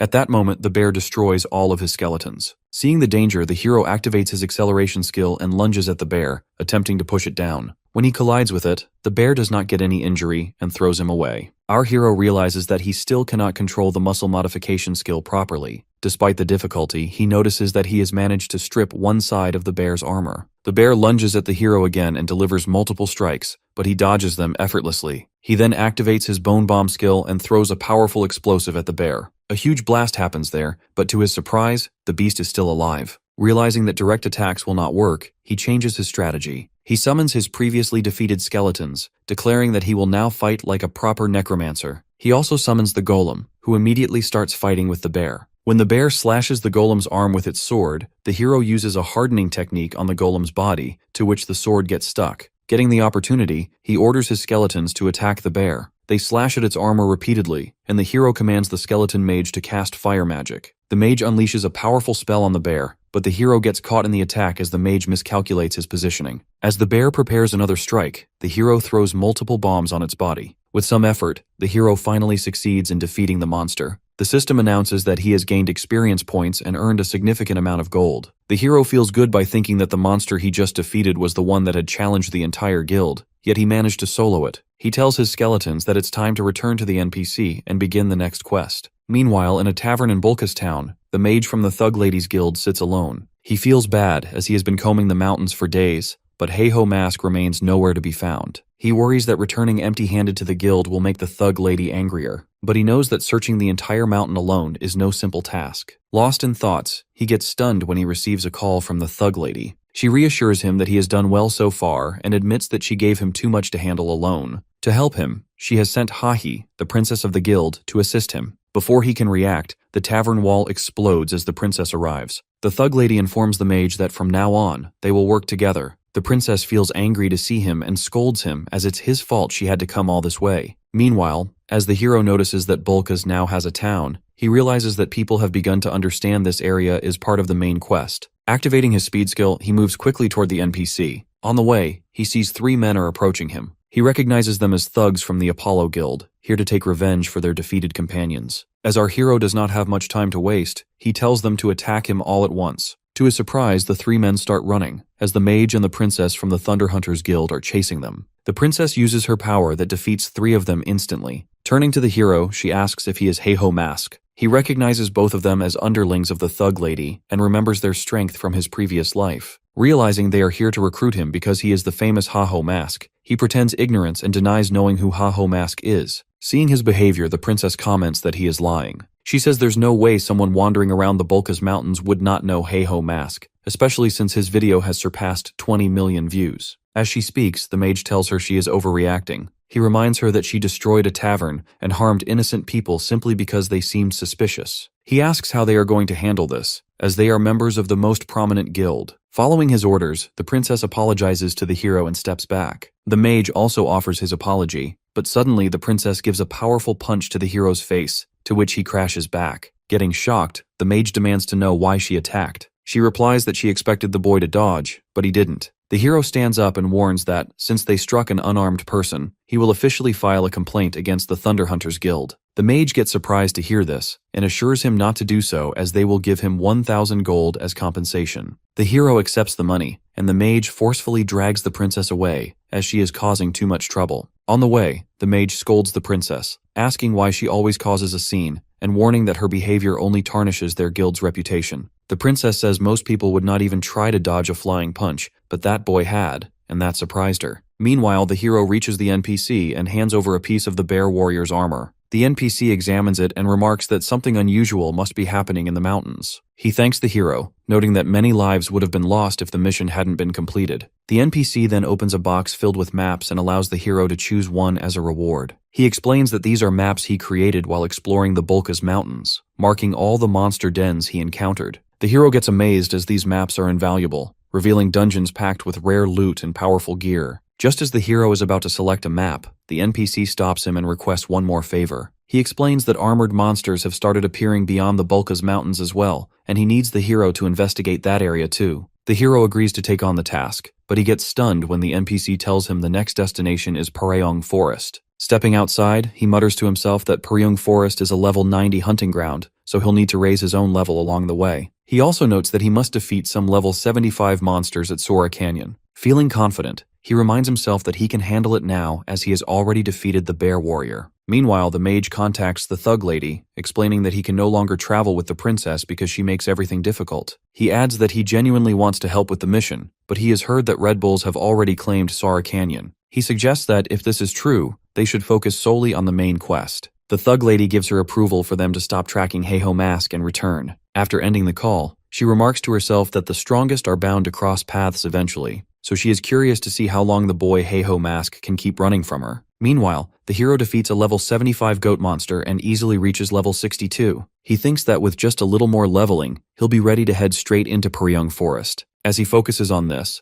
a crowd in the town suddenly surrounds him, as they are his true fans. He starts running and wonders about why this is happening to him. Actually, the Bear Warrior video he uploaded has gone viral, which explains their excitement. but it also makes hunting properly impossible. Seeing the situation, he tells his skeletons to change plans and head straight for the center of Asura Canyon. Upon reaching the canyon's entrance, he gets surprised to see the leader of the Red Bulls standing there. The leader greets him and recognizes him as the boy he met back in the beginner village. He compliments the hero on his rapid progress, noting that in just a few months, he has already reached Asura Canyon. The hero asks why the leader is here, pointing out that this area isn't a hunting ground for a top-rank player like him. The leader explains that, as of yesterday, his guild has claimed this entire area and now needs to establish a base nearby to continue the main quest. He adds that he also came here to meet Ha-Ho Mask. Hearing that name, the hero gets surprised. The leader says he has seen a video of Ha-Ho Mask's bear warrior, which means it must be lurking somewhere around this region. While the leader talks, the hero suddenly starts running, insisting that he has no idea who Ha-Ho Mask is. He feels bad as everyone keeps chasing him, making it impossible for him to level up properly. He decides to change his hunting grounds, but then remembers the map the NPC gave him. He is certain it contains dungeon locations. Opening the map, he feels relieved when he spots a rare dungeon near a waterfall. He heads straight there and dives into the water, knowing the dungeon entrance is hidden below. The system warns him that he has only 20 seconds to find the gate. He searches quickly, and just before time runs out, he manages to enter inside the dungeon successfully. He arrives in a completely different location and notices that there are no other players anywhere. He feels good since now he can hunt freely without interruptions. He looks around, wondering what kind of monsters appear in this dungeon. Considering how rare this place is, he expects something strong. But then he spots a small slime nearby, to which he feels embarrassed as it's just a low-level creature. As he moves closer, he notices a flame burning inside the slime's body. He gets surprised as this is an elemental-type monster. Elemental monsters are among the rarest in Warlord, and their drops are essential for crafting elemental gear, making them incredibly valuable. Realizing he has hit a jackpot, he commands his skeletons to attack. Before they can reach the slime, a level 70 salamander appears and throws a fire attack at the hero, but he dodges the flames swiftly. Noticing the situation getting worse, he activates the Madness Helm mode on one of his skeletons.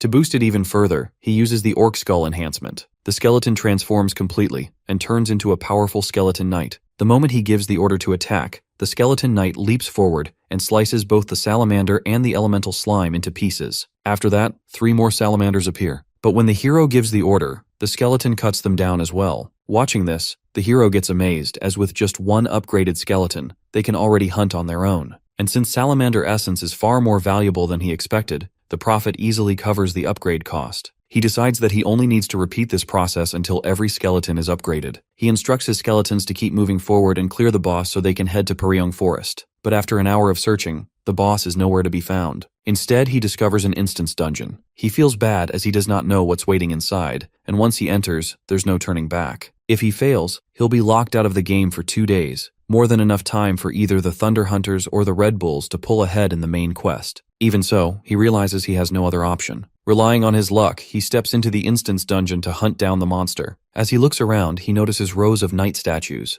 and each one has a blade mark on them. As he feels confused about the strange room, he suddenly notices the boss knight seated on the throne. Realizing the situation is getting dangerous, he quickly orders his skeletons to form a defensive line. But before they can follow the instructions, the boss knight moves with incredible speed and cuts down every skeleton in an instant. The hero gets surprised as he has never expected this monster to appear here. It's a spirit knight, a creature known for having one of the highest level battle AIs in the game. He has faced it once before in his previous life, at this exact same level, but back then, his entire guild was wiped out. He had no choice but to give up. This time, he refuses to repeat that mistake. He summons his skeletons again and charges at the spirit knight. The knight blocks both his attack and the senior skeleton's strike effortlessly. When another skeleton finds an opening and drives its sword into the knight's back, the hero expects at least some damage, but nothing happens. Instead, the knight releases a powerful shockwave, which defeats the skeleton and sends both the hero and the senior skeleton back. The hero realizes that normal skeletons or even the golem are useless against this enemy. Remembering the desperate battles of his previous life and how he managed to defeat far stronger monsters, he forces himself to fight. He leaps at the spirit knight alone and unleashes multiple slashes. But to his shock, the knight's speed suddenly increases, and it gives some serious injuries to him. While fighting, the hero manages to block one of the knight's strikes. That brief opening is enough for the senior skeleton to rush in and slice off the knight's arm. Meanwhile, in Asura Canyon Village, the leader of the Red Bulls walks through town with his girlfriend. He admits that the village is doing better than he expected. She tells him it's because he is the one managing the area now. She mentions that they've also secured a stable supply route, so they will not be short on resources anytime soon. At that moment, the leader's curiosity about Heiho Mask rises again. His girlfriend insists that the boy is just a normal hunter who takes down low-level monsters. But the leader comments that the monsters may be low-level, but the way that boy defeats them is unbelievable. He explains that in this game, where players can actually feel pain, only two kinds of people dare to fight monsters stronger than themselves. These are the reckless ones and the true-born warriors. And Heiho Mask is both. Inside the dungeon, the hero feels relief when the senior skeleton cuts off the knight's arm. But then suddenly he watches the spirit knight form a new sword arm. He does not hesitate and leaps forward to strike again. Before he can reach it, the knight slams its blade into the ground, which causes a destructive shockwave. Despite the impact, both the hero and the skeleton land several slashes on the knight's body. Noticing their relentless attacks, the knight gets angry and suddenly leaps at the hero. The hero tries to block, but the force is overwhelming. The knight strikes his chest, to which he crashes back. As the knight is going for a finishing strike, the senior skeleton rushes in and takes the damage on itself. Seeing the skeleton sacrifice itself, the hero gets angry. He quickly throws multiple bombs at the knight and comments that he just needs one final push to win.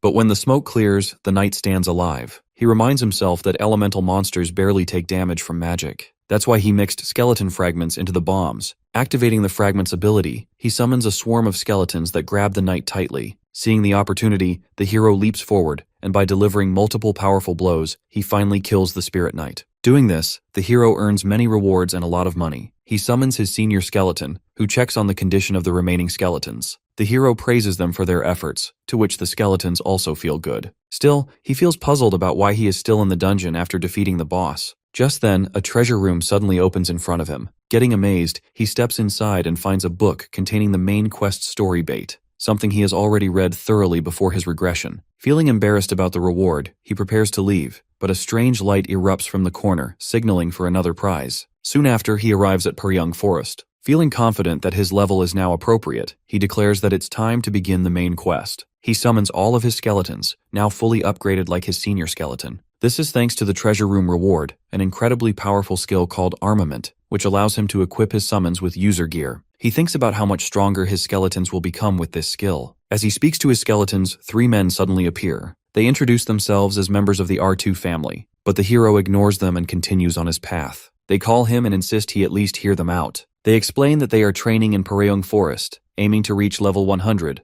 but the monsters here are too strong for them alone. They've been searching for party members, but no one has agreed to join. Once again, they plead with the hero to team up with them, but the hero beats them up and tells them that he has no intention of working with anyone. Saying that, he moves on. The three men feel bad as their last hope is also gone. As they are unsure of what to do next, they receive a help request from the Toon family, whom they had met before. Meanwhile, the hero encounters an ogre in the forest. He orders his skeletons to strike immediately, to which they agree. Moving swiftly, the skeletons tear the ogre to pieces in an instant. By the time he is done, the hero has defeated a total of 55 ogres at that spot. After facing the spirit knight, he finds most monsters far too easy now. Feeling confident, he remembers his ongoing quest to find armored monsters. Yet, despite his efforts, he has not found any trace of them so far. He realizes he can't afford to waste time like this, as the top 30 guilds have surely already begun the main questline. He considers asking the R2 family for information, but he does not want to work with anyone. As he is thinking this, suddenly he hears an explosive noise. When he investigates, he gets stunned to see that the sound comes from armored monsters engaged in battle with the R2 family. Amid the chaos, the family leader spots the boss of the monsters who is directing his underlings to attack. His companions frantically cast fire magic to hold the enemies off for as long as possible. They report that the Toon family has been almost completely wiped out and insist that they cannot face this many monsters alone. So retreat seems the only option. Assessing the situation, the leader acknowledges that their chances of defeating the monsters are extremely slim. Still, he resolves that they must use every remaining drop of mana to create an escape route and give the Toon family a chance to survive. The leader leaps at the monsters to hold them off and gives his companions time to escort the Toon family to safety.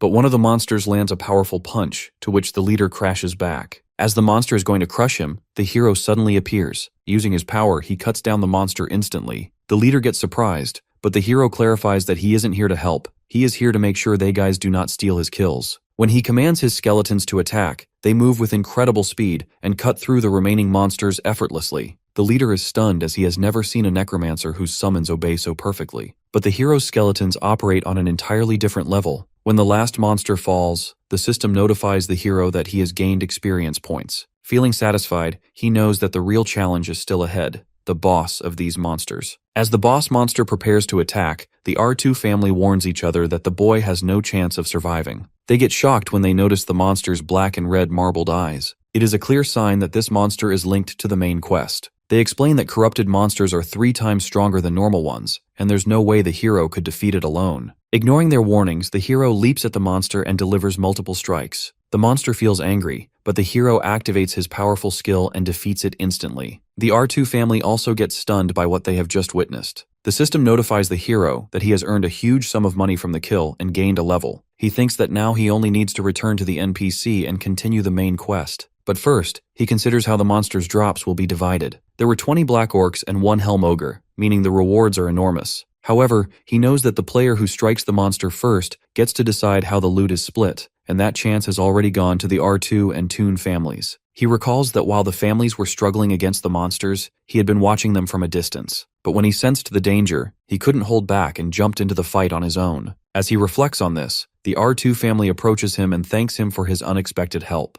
They start taking pictures with him. The hero then asks if they plan to split the monster drops. Hearing this, the R2 leader asks the Toon family's senior member that if he wants any of the loot. The man is going to claim some, but the R2 leader comments that since Heiho Mask handled everything, the best reward should go entirely to him. After that, the hero continues on his path and thinks about the R2 family's earlier offer to join them, but he has refused the offer once more. He realizes that playing with them might be fun, but if he did, he would never become the strongest version of himself. As he has to face the top 30 guilds alone, he orders his skeletons to move quickly because they have to finish this quest and advance to the next one. Meanwhile, elsewhere, the thug lady has successfully defeated the bear warrior. At that moment, her underlings, the princess and the mage, arrive. They report that they have 2 pieces of important news. First, 2 of the top 30 guilds, Triple Wing and Big Smile, have started a war. It began when a senior member of Big Smile clashed with a Triple Wing member during a raid. Since then, both guilds have poured massive resources into the conflict. Hearing this, the thug lady feels bad as a war at such a critical time in the main questline is not good.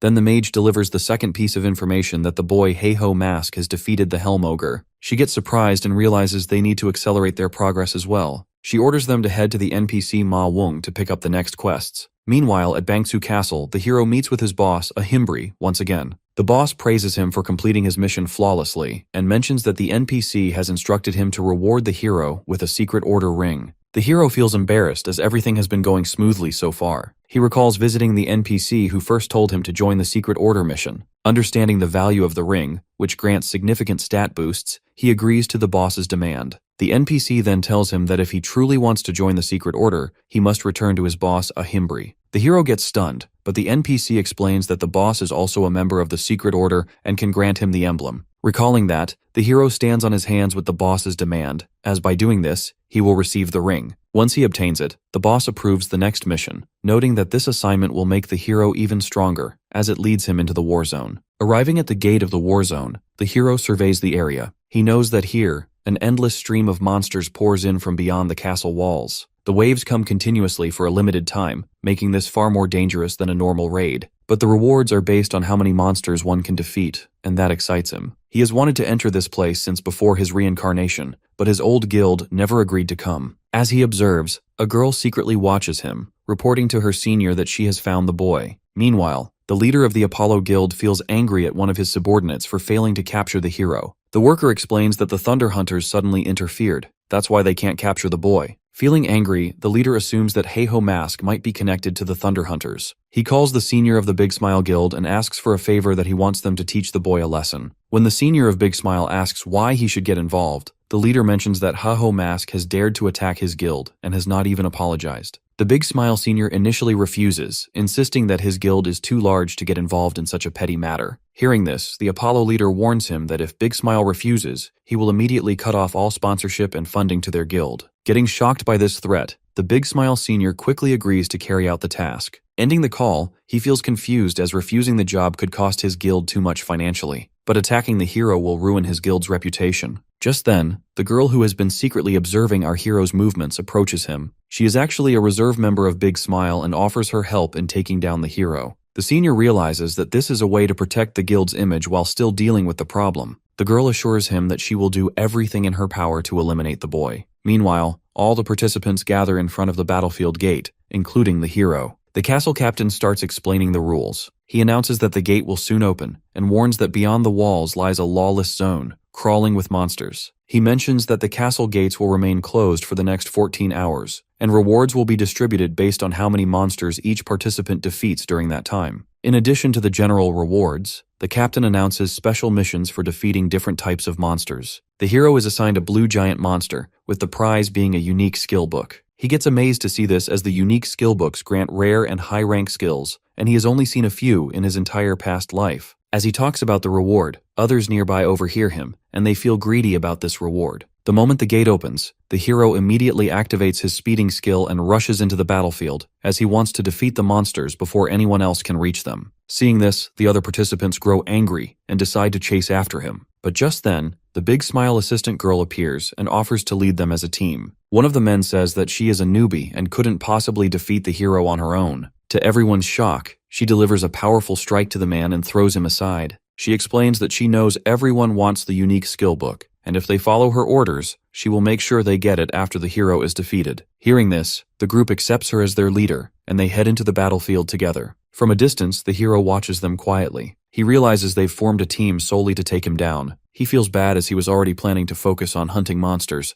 and now he has to deal with these thugs as well. Still, there is no problem for him as he has already found a way to handle them. The girl feels pride as she rallies so many people under her command. She dreams of the moment she defeats the hero, imagining the Big Smile leader recognizing her efforts and officially welcoming her into the guild. In her mind, her subordinates treat her like a queen. Suddenly, the noise of approaching monsters snaps her back to reality. She gets shocked to see an overwhelming number of powerful monsters charging toward them. She quickly orders her team to prepare, instructing them to take down the monsters one by one. The group feel confused as they have never seen waves this large. Then she notices the hero in the corner and is beating a drum. She understands that he is the one who is luring these monsters at them by using the drum. As the monsters overwhelm the thugs, they struggle to fight back and plead with the girl for permission to retreat. She's caught in the chaos herself, frustrated that her plan has completely ruined. Still, she orders them to hold their ground, insisting that once the ringleader is defeated, the monster wave will subside. She turns her attention to the hero, deciding to confront him directly. Using her skill, she leaps at him and strikes him back. But the hero doesn't get any injury and asks if she knows him,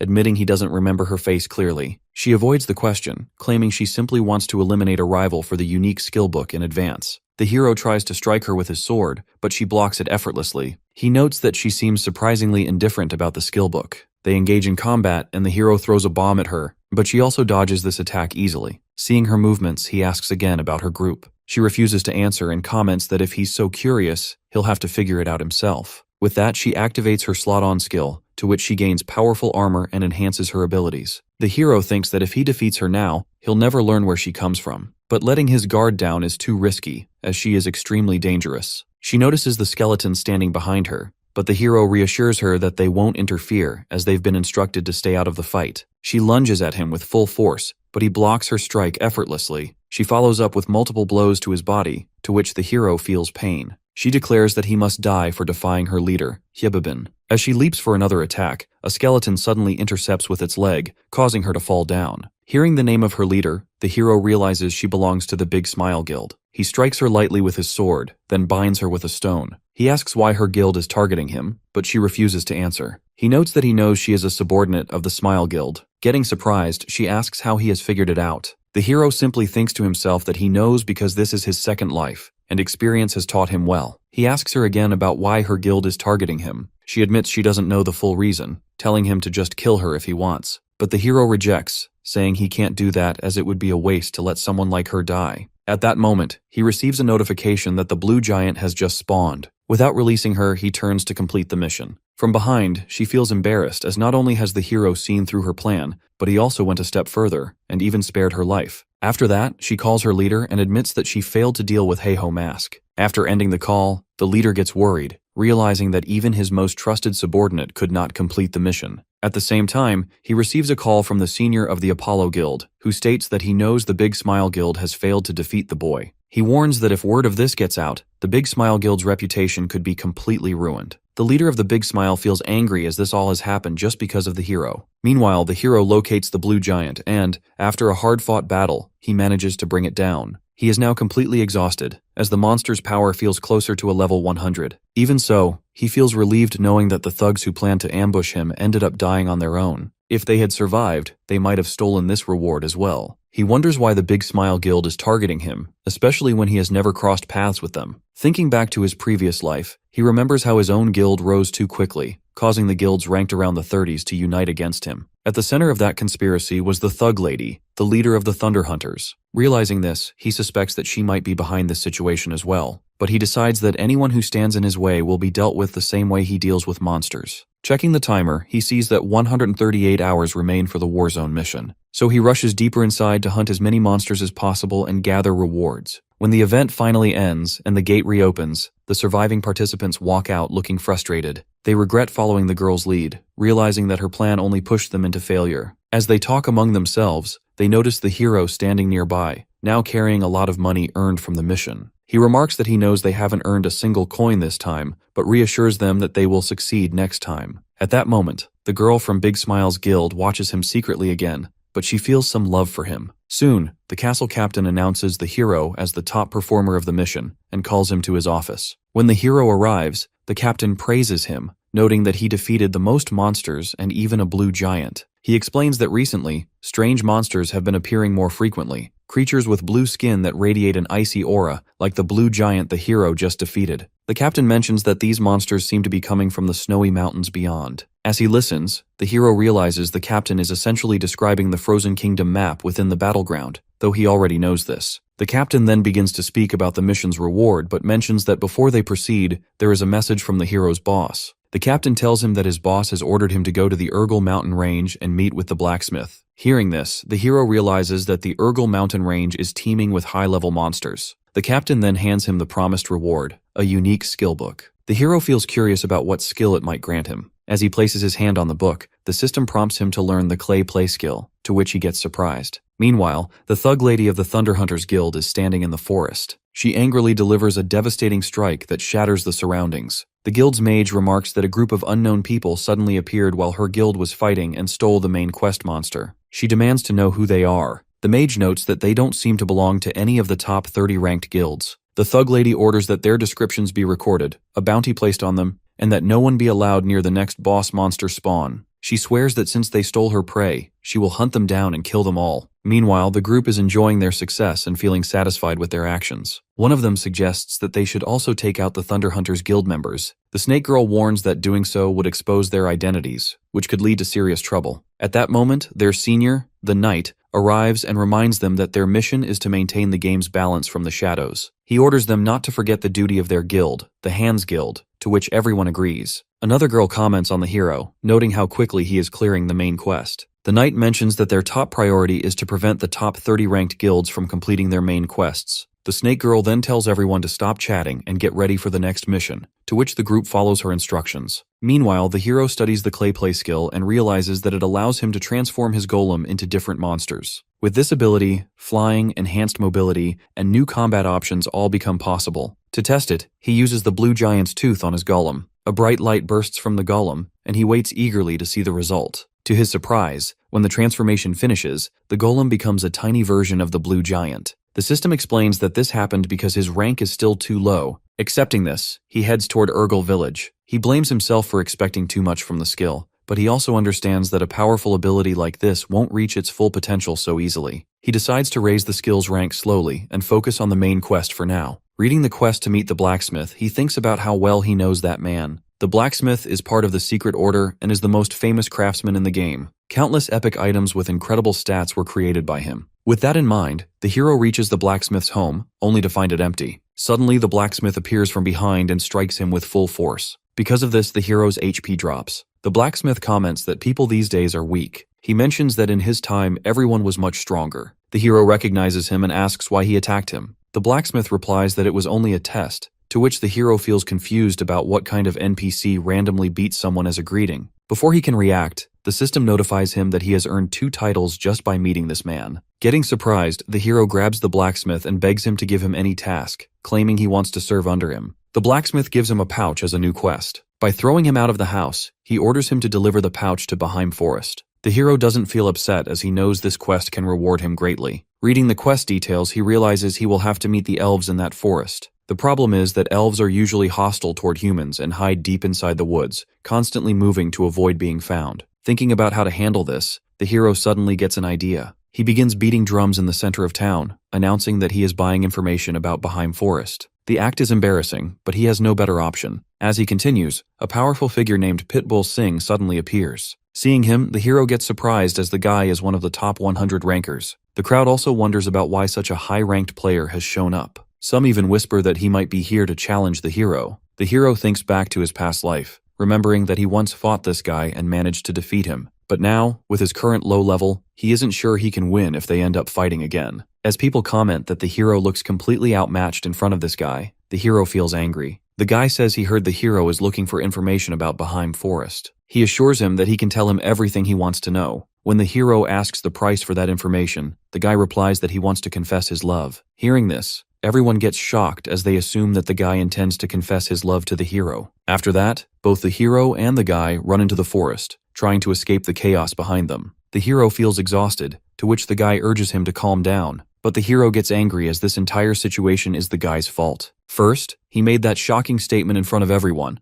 and now the whole town is chasing them, assuming something completely different. The hero tells him directly that he plans to reject his confession. The guy gets stunned and explains the real situation that a few months ago, while hunting in this area, an elf girl appeared before him. He fell in love at first sight, but she disappeared as quickly as she came. Since then, he has waited in that same place for months, gathering every piece of information he could from residents and nearby NPCs. He searched all the spots where people claimed to have seen elves, but he never found her again. Just when he was about to give up, he spotted the hero gathering information about elves. That is why he approached him, as he wants the hero's help in finding that elf girl. Hearing this all, the hero finally understands the situation. He knows he must finish his quest quickly, and this guy is the only person who has any real clues about the elves. With that in mind, he agrees to let him join and asks him to lead the way to the place where elves are most likely to appear. They eventually arrive at a waterfall. The guy explains that, based on all the information he has gathered from local residents, this waterfall is the location where elves are seen most often. The hero asks if monsters appear here as well. The guy confirms, mentioning that large monsters especially tend to show up in this area. The hero decides to start by hunting those monsters. At this moment, a massive level 90 snake monster emerges from the shadows. The guy prepares to fight, but the hero stops him and comments that he will handle it alone. He leaps at it to attack, but the monster strikes him hard, to which the hero crashes to the ground and starts crying. As the snake is going for another attack, some powerful arrows suddenly shoot out from the shadows, which kill the monster instantly. The hero then remarks that NPCs never fight monsters. Whenever they encounter danger, they simply run. That means the local residents must have been chased, and the mysterious helpers stepped in to save them. As he says this, the elf girls reveal themselves. They are the ones who defeated the snake monster, and the hero's dramatic performance earlier was only an act to draw them out. He introduces himself and explains that he has come on behalf of the blacksmith, requesting permission to visit the elves' village. But to his shock, the elf girls aim their arrows at him, accusing him of deceiving them. They insist that the blacksmith would never trust someone like him with such a task. At that moment, the other guy apologizes for misleading them. He tells their senior elf that he came to meet her specifically because they encountered each other once before in this forest, and he fell in love with her at first sight. When he confesses his feelings, she unexpectedly accepts them. She even agrees to guide both of them to her village. Seeing this all, the hero gets completely stunned. As they make their way toward the elf village, the hero warns the guy to be careful, as the pretty elf girls can be unpredictable. The guy clarifies that it's not because she's attractive. For him, elves represent fantasy itself. In the games he loved as a child, elves were always symbols of adventure and wonder. Exploring a world like that and adventuring alongside such companions was a lifelong dream.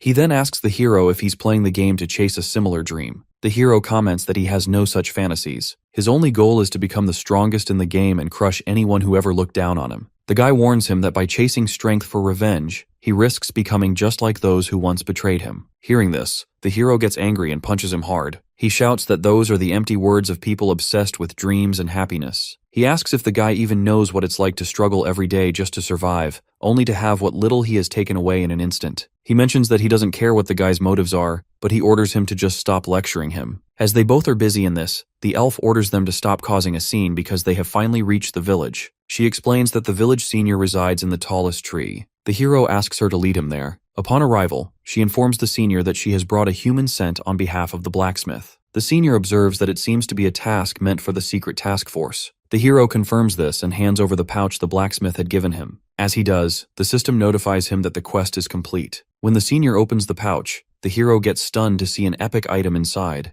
a purification circlet. It is capable of removing all status effects and debuffs. Realizing this, the hero understands that the next quest will likely involve purifying a corrupted elf and uncovering the mastermind behind the second main quest. He also assumes that completing that mission will reward him with the purification circlet. However, to his surprise, the senior simply tells him to return as the mission is complete now. The hero asks if there is no more work for him, such as using the item to save someone. The senior replies that there is nothing further he can entrust to him, as he is still too weak. The hero feels bad that he cannot take on the mission simply because of his low rank, but he decides to return after some serious training. He heads into the forest and begins defeating some powerful monsters. He realizes that the Thunder Hunters are likely the fastest progressing in the main quest, as they have recently defeated Helm Aggro and are probably already in the Urgal Mountains. This thought motivates him to fight swiftly, but he still feels frustrated as he should have reached at least level 100 by now. He also gets angry when he recalls the words of Pitbull Singh. While cutting through the monsters, he accidentally throws his own sword away because he is now totally exhausted by doing this. Meanwhile,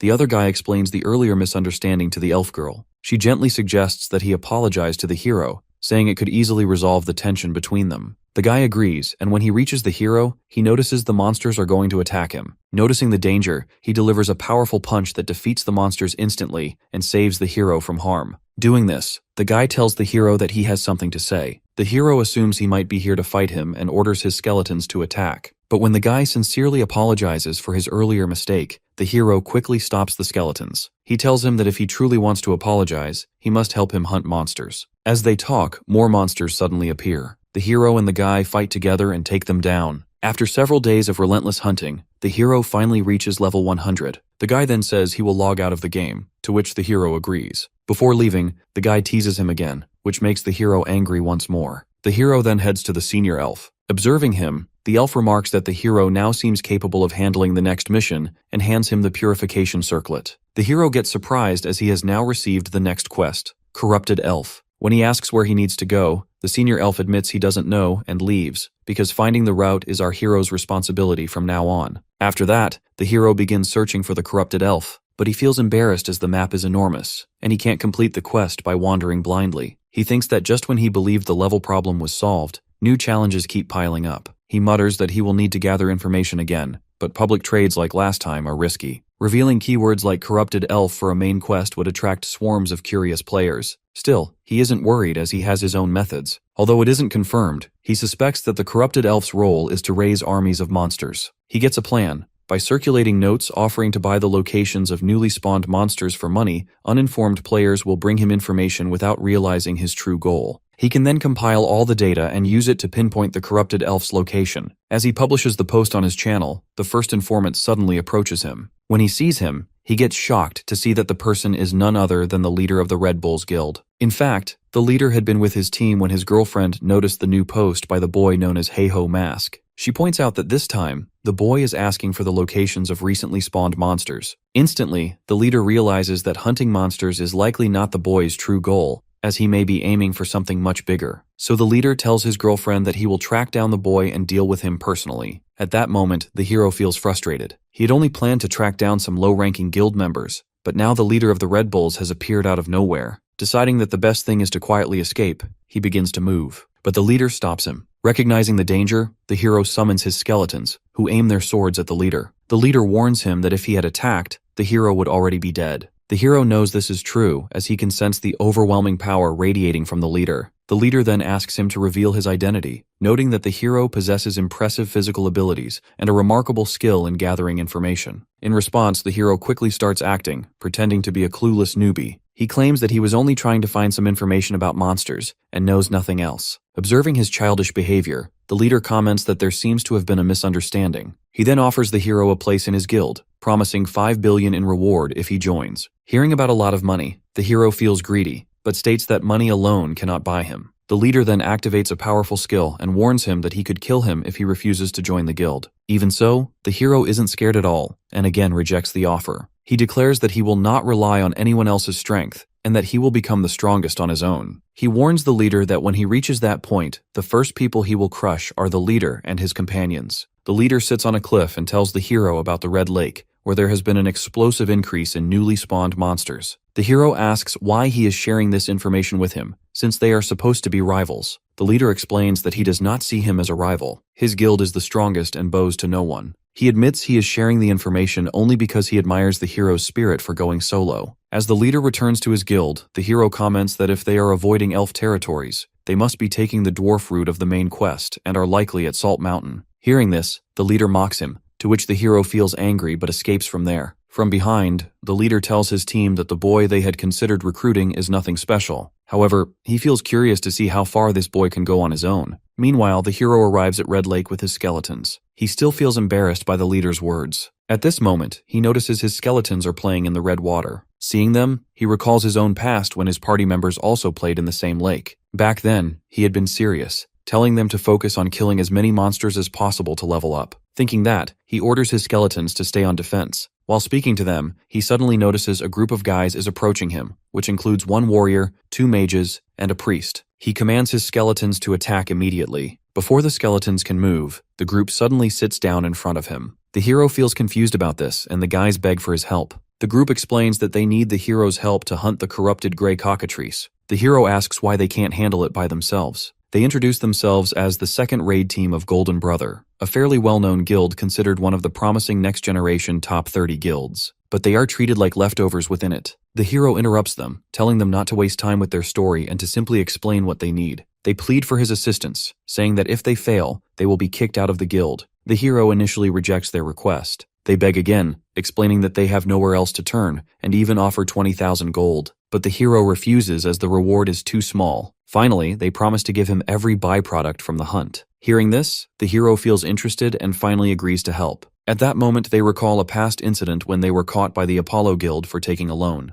They request the guild leader to give them some time. The guild leader gives them a chance that they must kill the boy Heiho Mask. The group gets stunned, unsure how they could possibly succeed against such a skilled player. The leader reassures them that he will provide top-tier equipment, insisting they must use it to eliminate the boy. He also warns them that if they fail to complete this mission, they will rot in the slave mine for lifetime. Recalling that, they realize that they have nowhere left to run. They make a plan that when the hero lets his guard down while fighting a strong monster, they will all strike together to take him down. At that moment, the corrupted gray cockatrice monster appears, whose level is 120. The hero tells the others that he will focus on stripping the monster's armor, so they will have to handle the rest. He channels his strength into his legs and leaps toward the creature. The cockatrice launches multiple feather strikes, but the hero dodges them effortlessly. Moving swiftly, he strikes repeatedly at the monster's armor and tears it away. Seeing this, the team gets surprised and the hero announces that all the monster's armor is gone, only the helmet remains. He leaps at its head for the final strike. At that moment, the group launches powerful fire attacks at him, hoping to kill him. Because of their attack, the corrupted gray cockatrice gets instantly defeated. They feel relief as, according to them, the hero is dead. But to their shock, our hero is still alive. He explains that he anticipated their betrayal as they are desperate and helpless, but they are using top-tier equipment to try to defeat the monster. Without hesitation, he activates his powerful skills and summons his skeleton companions. Leaping at those thugs, our hero declares that now, they will all pay for their sins. The thugs attempt to cast more magic at the hero, but they get shocked when they realize the cockatrice is still alive. As the hero deals with them, the system suddenly alerts him that the corrupted elf has appeared nearby. He scans the area and notices she starts escaping. The hero orders his skeletons and the thugs group to hold off the cockatrice until he returns. Saying that, he himself starts chasing the elf. He sees this as his perfect chance. If he captures her now, he can save a huge amount of time on the quest and secure first place in the main story. He activates the speed skill, but feels confused as he still can't close the distance. He throws several bombs at her, which causes massive explosions, but she dodges them all easily. As the time is running out, he plants a bomb beneath his own feet.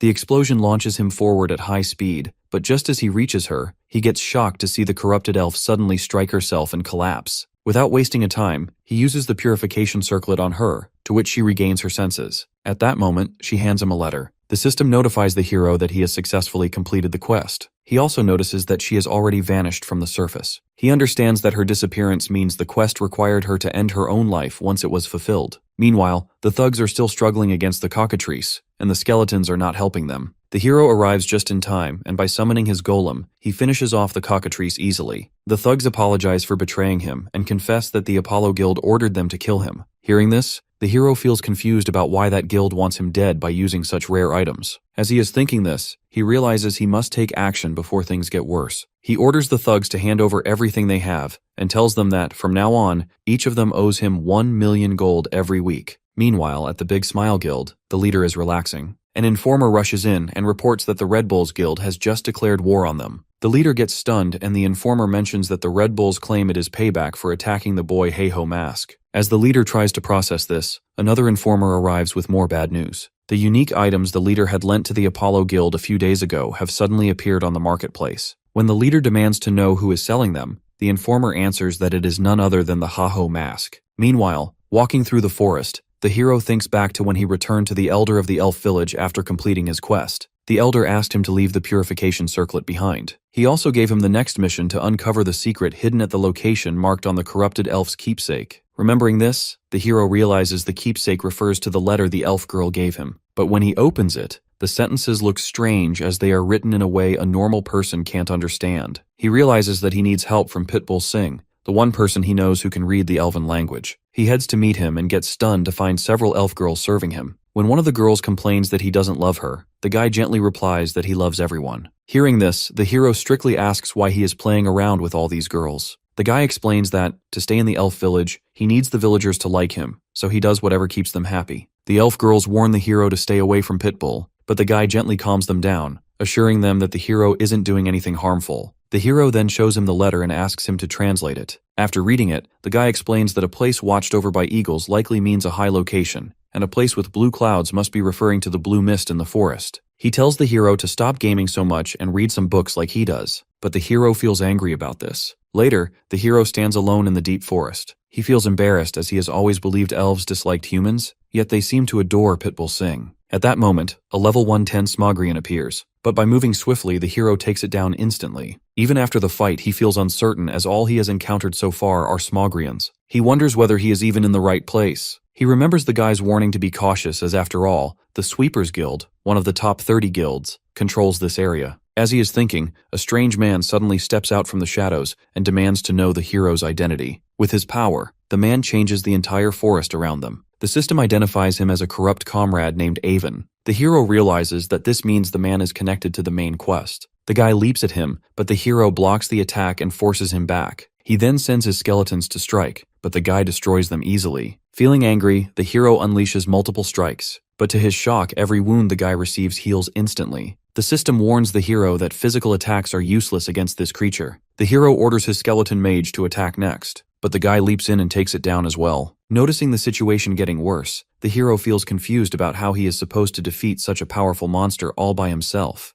Heiho Mask is still fighting the corrupt comrade, but the problem is that neither physical attacks nor magic attacks are working on him. Instead, the comrade swats everything away as if he is brushing off a fly. Even our hero is confused, because he has never faced someone like this in his previous life. For a moment, the mission feels like suicide, but then he remembers that he is the hero of this story, so he decides to go all out. He casts Skeleton Fragment Madness Helm, causing skeletal warriors to erupt from the ground, and follows it up with the Curse of Sloth Corrosion Spirit aimed directly at the comrade. However, Heiho Mask once again underestimates his opponent. With only a few casual swings of his sword, the corrupt comrade wipes out every skeleton warrior in a single strike, as if they were nothing at all. Even our hero is shocked, but the corrupt comrade is far from finished. Once again, he leaps forward toward the hero. Heiho Mask blocks the attack and realizes that if the skeletons were not strong enough, then he will have to defeat the corrupt comrade himself. With that resolve, Heiho Mask lunges forward. The monster fights back just as fiercely, and our hero finds it extremely hard to land even a single clean hit. He cannot strike him properly, and they clash and slide past each other again and again.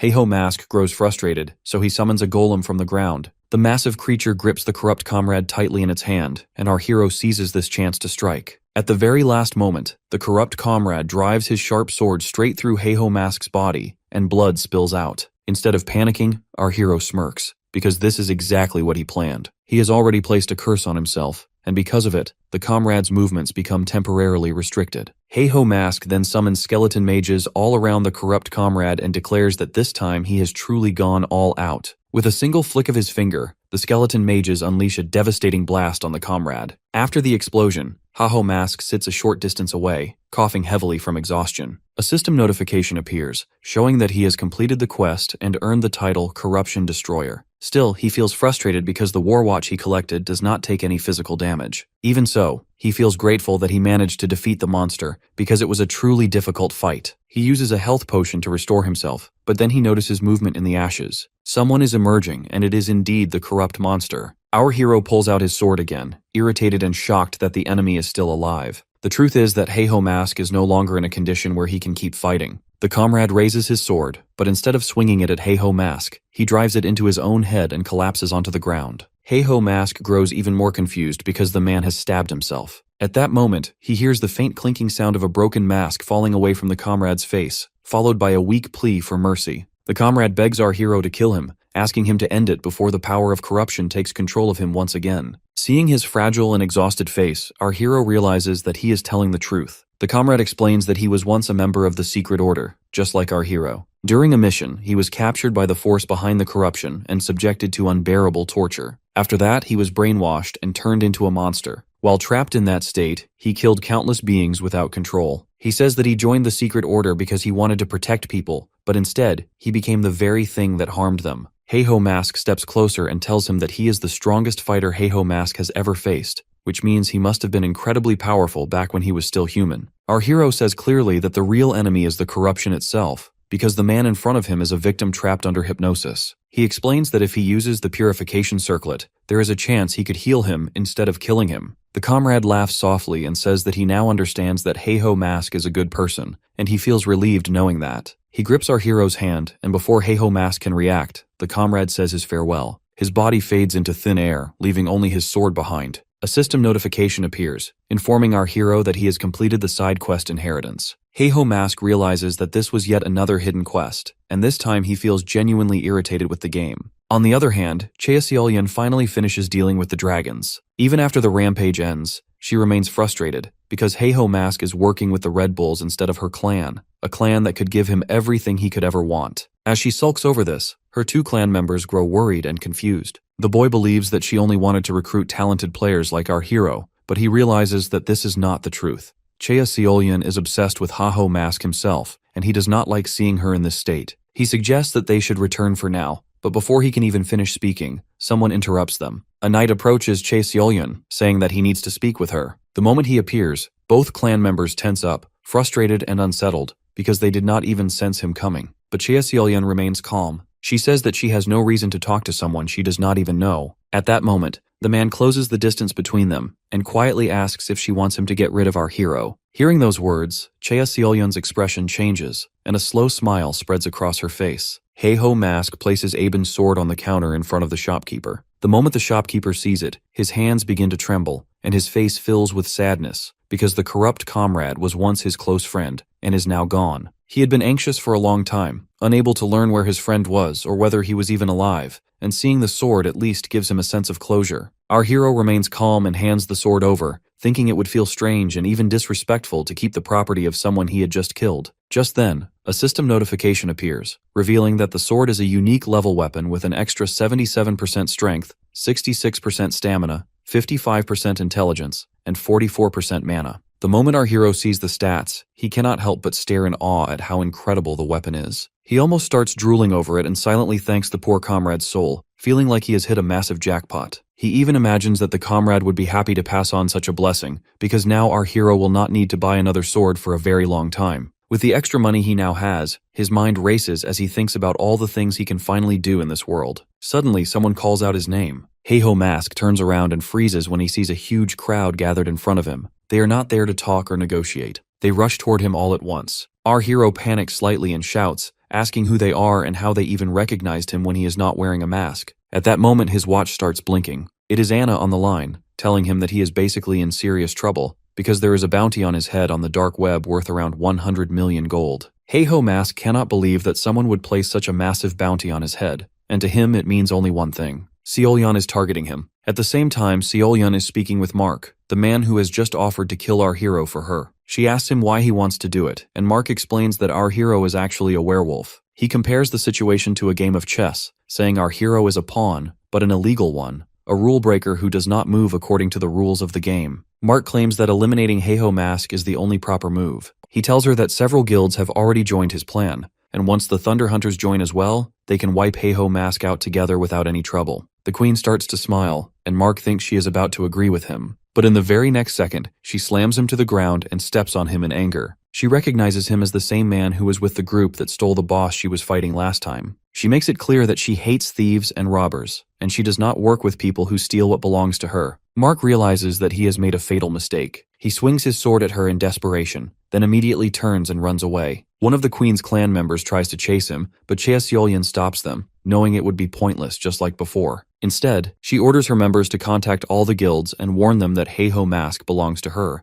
and if anyone dares to touch even a single hair on his head, they will all die. Meanwhile, Mark keeps running, speaking to his computer screen as he reports to his boss that the negotiations with the Thunder Hunters have failed, and he even begs to be punished in any way his boss sees fit.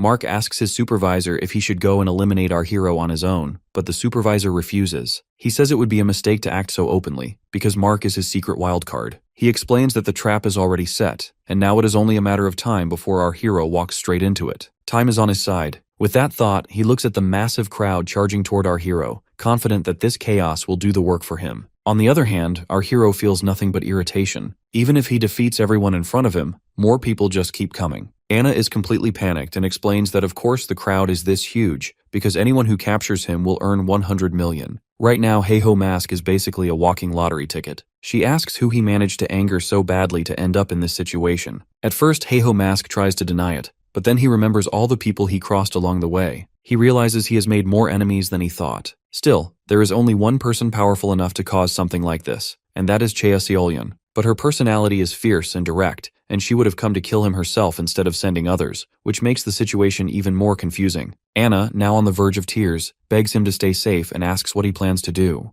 At this rate, they will not even be able to continue the game. She takes responsibility, saying she works for him and even gets paid by him. That is when Heiho Mask suddenly gets an idea. He decides to shop and purchases a wyvern skull, vowing to uncover who is really behind all of this. With that, he summons a golem from the ground. The crowd freezes for a moment in shock before charging again. Our hero then pours all of his stats into skill play and activates the wyvern skull, allowing the golem to change its form. Still, Heiho Mask is not exactly happy about it. He had saved that money for good food, and now his balance is completely empty. But thanks to the golem, which has now transformed into a dragon, he finally has a way to escape this nightmare. Before leaving, our hero turns back and taunts the crowd, daring them to catch him if they can. Heiho Mask flies into a beautiful sunset, while the crowd that attacked him just minutes ago gathers below, frustrated and helpless as they watch him escape. Their shouting and insults mean nothing to him. To our hero, they are nothing more than small ants he could crush at any time. Still, killing them would solve nothing, because it would not move him forward in the game. What he truly needs is to find the source of the problem, and the only way to do that is to send a clear message. So he contacts the Thunder Hunters Guild and sends a message directly to the Cheaseolyeon, Shiro, requesting a private meeting, which is exactly what she has been hoping for. Later that night, Heiho Mask arrives at the butterfly garden.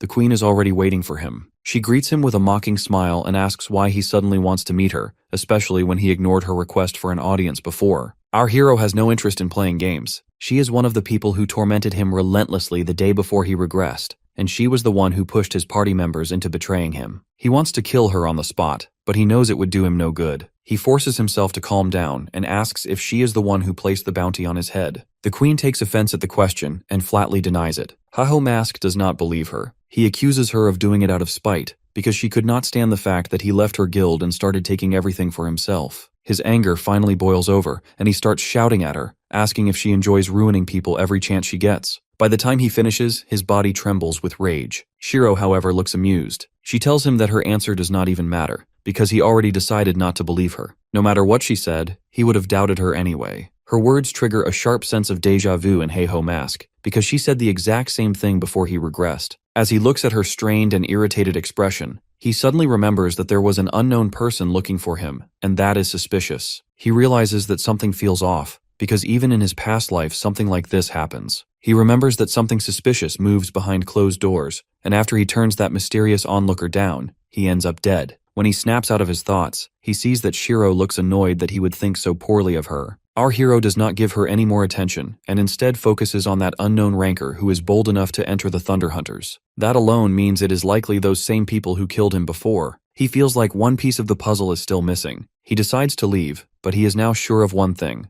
The Cheaseolyon is not, or at least is not fully, the mastermind behind everything. Just as he turns away, she calls out to him and once again offers for him to join her guild. This time our hero snaps back angrily, telling her she is getting on his nerves, because when someone refuses, they should learn to back off. Before he can finish, she cuts in and says that he clearly dislikes her. She admits she does not know why, but she is used to people hating her without reason. Still, she gives him one honest piece of advice. He cannot stand alone against someone willing to place a bounty of 100 million gold on his head. He needs to come under her banner so she can protect him. She promises she will never force him to do anything he does not want to do. That is still not enough for Heiho Mask. He would rather die than join her guild, because the last time he did, he actually died. Cheaseolyon argues that he should not be so stubborn, but our hero ignores her again. He says he will become the strongest with his own power, and that is a promise he made to himself. The queen falls silent, shocked by his willful thinking. Even Heiho Mask feels confused about why he says it so boldly. In the next moment, the queen smiles and wishes him luck. She says she is one of his strongest contenders, so he should prepare himself, because she plans to give him real competition.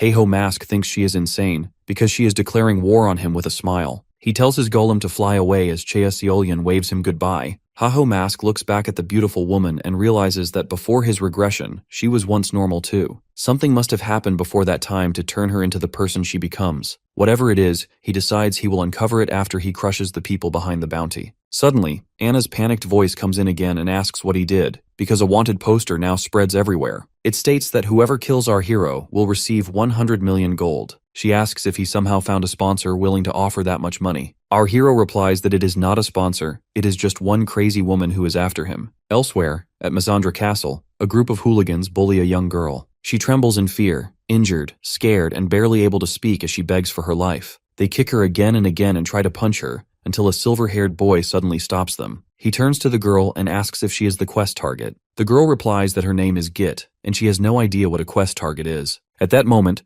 Heiho Mask realizes this event has not happened yet. He asks her to come with him for a moment. One of the bullies gets angry at how Heiho Mask speaks to them and charges at him. What he does not realize is that our hero is a master fighter. With a single punch, Heiho Mask takes them all down. Git stares at him, realizing he is far from an ordinary person. Our hero then introduces himself as just a good-natured citizen passing by, even though deep down he knows that he is not a good person at all. Our hero turns toward Git, who now bows deeply in respect, thanking him for helping her and saving her life. She trembles with fear and says she had already given up the quest, and if it were not for him, she would have given it away. She cries openly and keeps apologizing, but Heiho Mask does not care about her emotions. He goes straight to the point and asks if the quest she was almost robbed of is the Ruins Dungeon Exploration quest, where the goal is to clear the Misandra Ruins dungeon and receive the Dispel Block field as a reward. Git says he is absolutely right and starts asking how he knows that, but she does not get to finish her sentence. Our hero cuts her off and tells her to hand it over. At that moment, Git realizes he is no different from the bullies who attacked her earlier. Soon after, they arrive at the ruins, and a system notification appears, confirming dungeon entry. The condition states that if even one party member dies or leaves the dungeon, the quest will be invalidated. When Heiho Mask reads this, he seethes with anger, because now he is stuck with a cowardly fighter. He had believed he would finally clear this quest properly, but this is not what he planned at all. Git starts crying again and begs him to leave her behind so he can go home safely. Our hero finally loses patience and yells at her, asking how long she plans to keep crying and telling her to get control of herself. The world seems to close in as Heiho Mask orders her to use her strength. Git says it is useless and admits she knows she looks pathetic. She says she does not know what she is supposed to do, because things never work out for her. She explains that she is weak, and whenever she goes on raids, she messes up and gets cursed by her party members. Even when she goes into the field alone, she dies every single time. After a while, she gives up on everything and starts drifting around,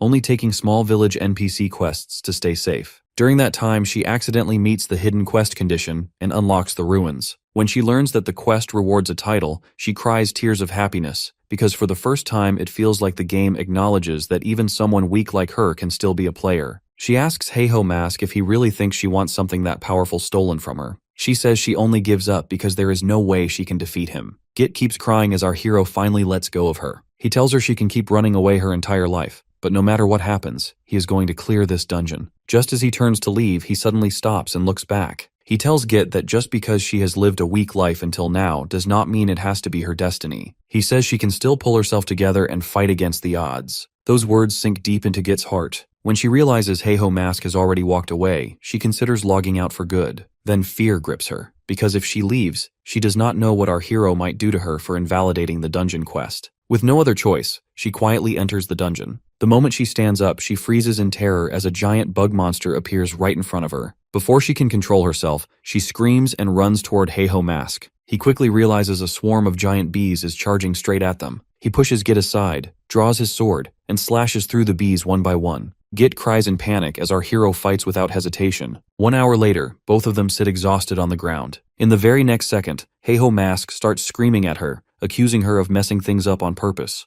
Git apologizes over and over again, her voice shaking. Our hero turns away and tells her to stay right where she is and not get in his way, because he plans to solo the boss himself. That is when Git finally realizes they are already inside the boss room. Heiho Mask explains that this place is the Giant Ant Den, a dungeon known for being insanely difficult. The small spiderlings here keep respawning and explode the moment they touch someone. The boss, a giant spider, has a shell as hard as metal, which makes it extremely hard to take down. Our hero tells her that all she needs to do is stop panicking and stay still, because as long as he fights without triggering traps, he can handle the boss on his own. Our hero charges straight toward the ant boss, and Git cannot believe her eyes. He moves closer and closer without setting off a single trap. With precise strikes, he cuts down the spider's legs one by one and smiles, convinced of his victory. Git stands up and starts cheering, realizing for the first time that they might actually succeed. Then she looks down and her heart drops. She has stepped into a web and triggered a trap. A spiderling crawls up her leg and explodes, and she screams in pain. She tries to stand and run, but freezes when she sees more spiderlings crawling all over her body. At that moment, she believes this is the end.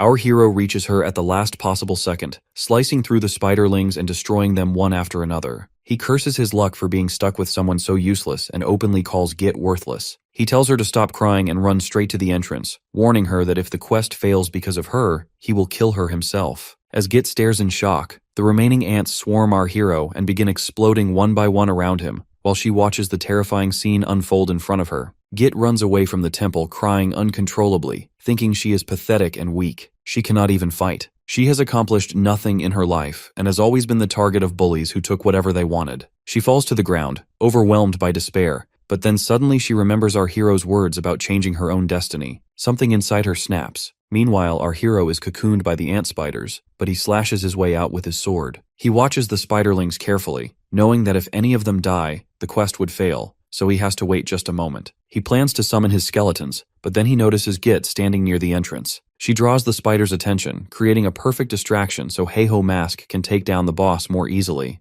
Heiho Mask tells her to leave or she will die, but Git shakes her head and says she is not going to die. She has always run from danger before, but this time she wants to prove to herself and everyone else that she can be a player in the game. Heiho Mask feels a little annoyed that he still has to do the hard work, but he prefers her fighting to her crying. With that, Heiho Mask charges at the boss while Git keeps the spiderlings occupied, her whole body trembling. The monsters are still terrifying and she is still weak, but for the first time, her fear feels empowering. She fights back with everything she has. After a long and grueling battle, the system notification shows that they have cleared the Missandra Ruins dungeon. Git cannot believe it. She cries again, but these are happy tears. Suddenly, someone grabs her arm. Our hero turns to see a group of bullies who have stormed into the ruins and captured Git. They threaten to kill her if our hero does not hand over the Dispel Block field title. Git screams for him not to give it away, insisting they worked too hard to clear the quest. One of the bullies punches her to silence her and threatens her again, but this new Git has no fear. After fighting the terrifying spider monsters, the bully's fists feel like nothing. He charges to strike her, but our hero interrupts, calmly saying he will only give the title if they can beat him and take it by force. The bully thinks Heiho Mask has lost his mind, but in the next instant, blood splatters across the room. Skeletons appear out of nowhere, eliminating the entire gang.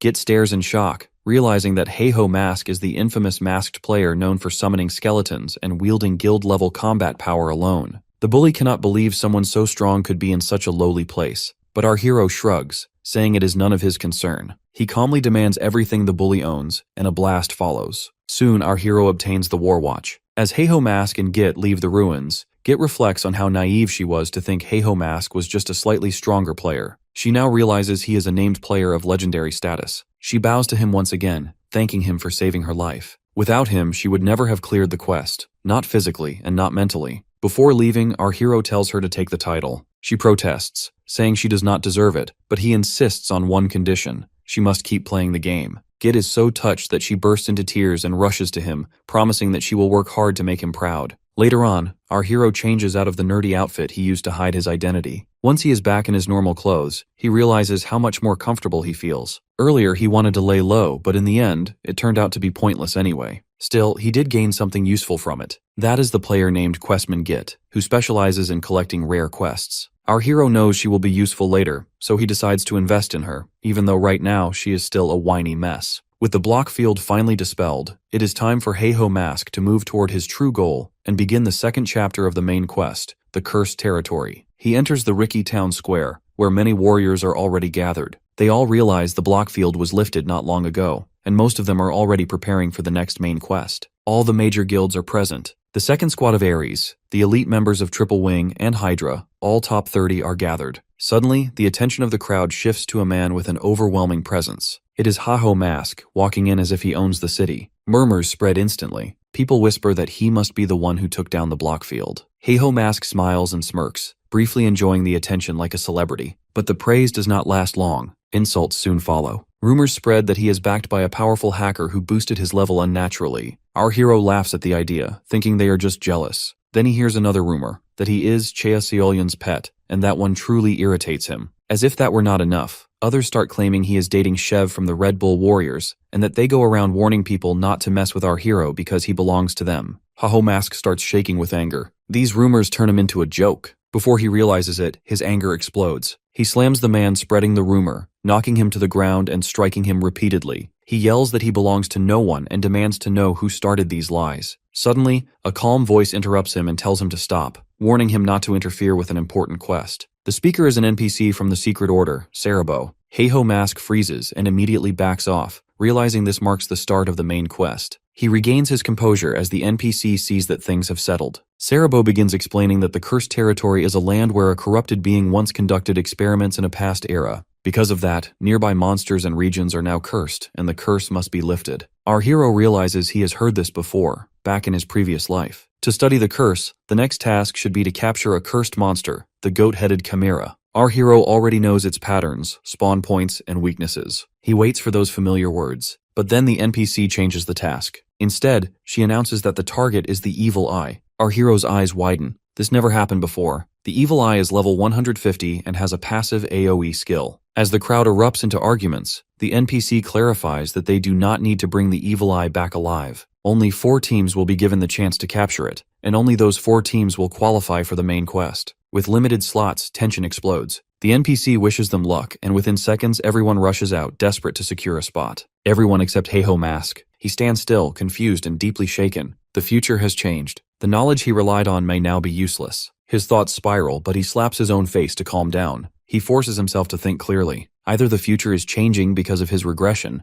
or his past information was flawed. Both are possible, and he needs to adapt. Meanwhile, Mark arrives at the Cursed Territory and contacts his supervisor. He reports that the main quest is about to begin. Once it is done, he plans to crush Heiho Mask like an ant. The same beginner guild struggles to take down the goat-headed chimera, but their black-haired warrior is clearly terrified. All the mages try to curse the chimera while the boy runs for his life. When the chimera finally falls to the clan's combined effort, the system notification confirms their victory. The lead mage orders everyone back into position for the next monster, but the boy starts crying, begging to go home. He's terrified because these monsters are far more advanced and aggressive than anything he has faced. He sobs uncontrollably, thinking that with top guilds in the battle, they have no chance of even earning a spot in the main quest. The mage forces him to calm down and pay attention to the others fighting. When the boy finally looks up, he sees Heiho Mask charging straight at 3 goat-headed chimeras, taking them down with a few swift flicks as if peeling tomatoes. The mage tells the boy to stop crying, reminding him that people are handling it themselves, and that he needs to grow a pair and face reality. And the boy feels a sharp sense of jealousy, because he wishes he could play the game as easily and confidently as our hero does. What he does not know is that Heiho Mask carries his own fears. The timer for hunting the goat-headed chimera is running out, and our hero knows he needs to move faster and faster. That pressure pushes him to kill as many chimeras as he can without slowing down. Inside his mind, one question keeps repeating. He cannot understand why the present is different from the future he remembers, or why mysterious people keep coming after him with no clear reason. He cannot even approach the main quest with confidence anymore. As these thoughts pile up, he realizes his body is shaking. His skeleton companion offers him a healing potion, but our hero refuses, because he knows he has to keep pushing forward for now. Other groups have at least 5 members to deal with the chimeras, but our hero is completely alone, and that means he has to give everything he has and move at extreme speed. When the timer finally ends, the NPC approaches him and praises him, clearly impressed by how many chimeras Mark has killed in such a short time. It almost looks as if he wiped out most of the population by himself. The NPC asks for his name so it can be reported to the association. Before Mark can answer, someone suddenly interrupts them. The NPC turns his attention, curious to see who finished second. Ha-Ho Mask also turns his attention, unable to believe he finished second, since the difference between them must be small. He considers that it could be Ares, or Clan Hydra, or even one of the smaller guilds he saw earlier. Then a familiar voice reaches him and Mark steps forward, standing right in front of him. Before Mark can finish speaking, Ha-Ho Mask attacks, demanding to know who he is and why he is interfering in his game. Mark calmly replies that he is not the one interrupting anything, and in the same moment, he strikes our hero in the back. The blow sends our hero crashing into a tree. Mark then looks down at him and requests a one-on-one battle. If Mark wins, our hero must give up the main quest.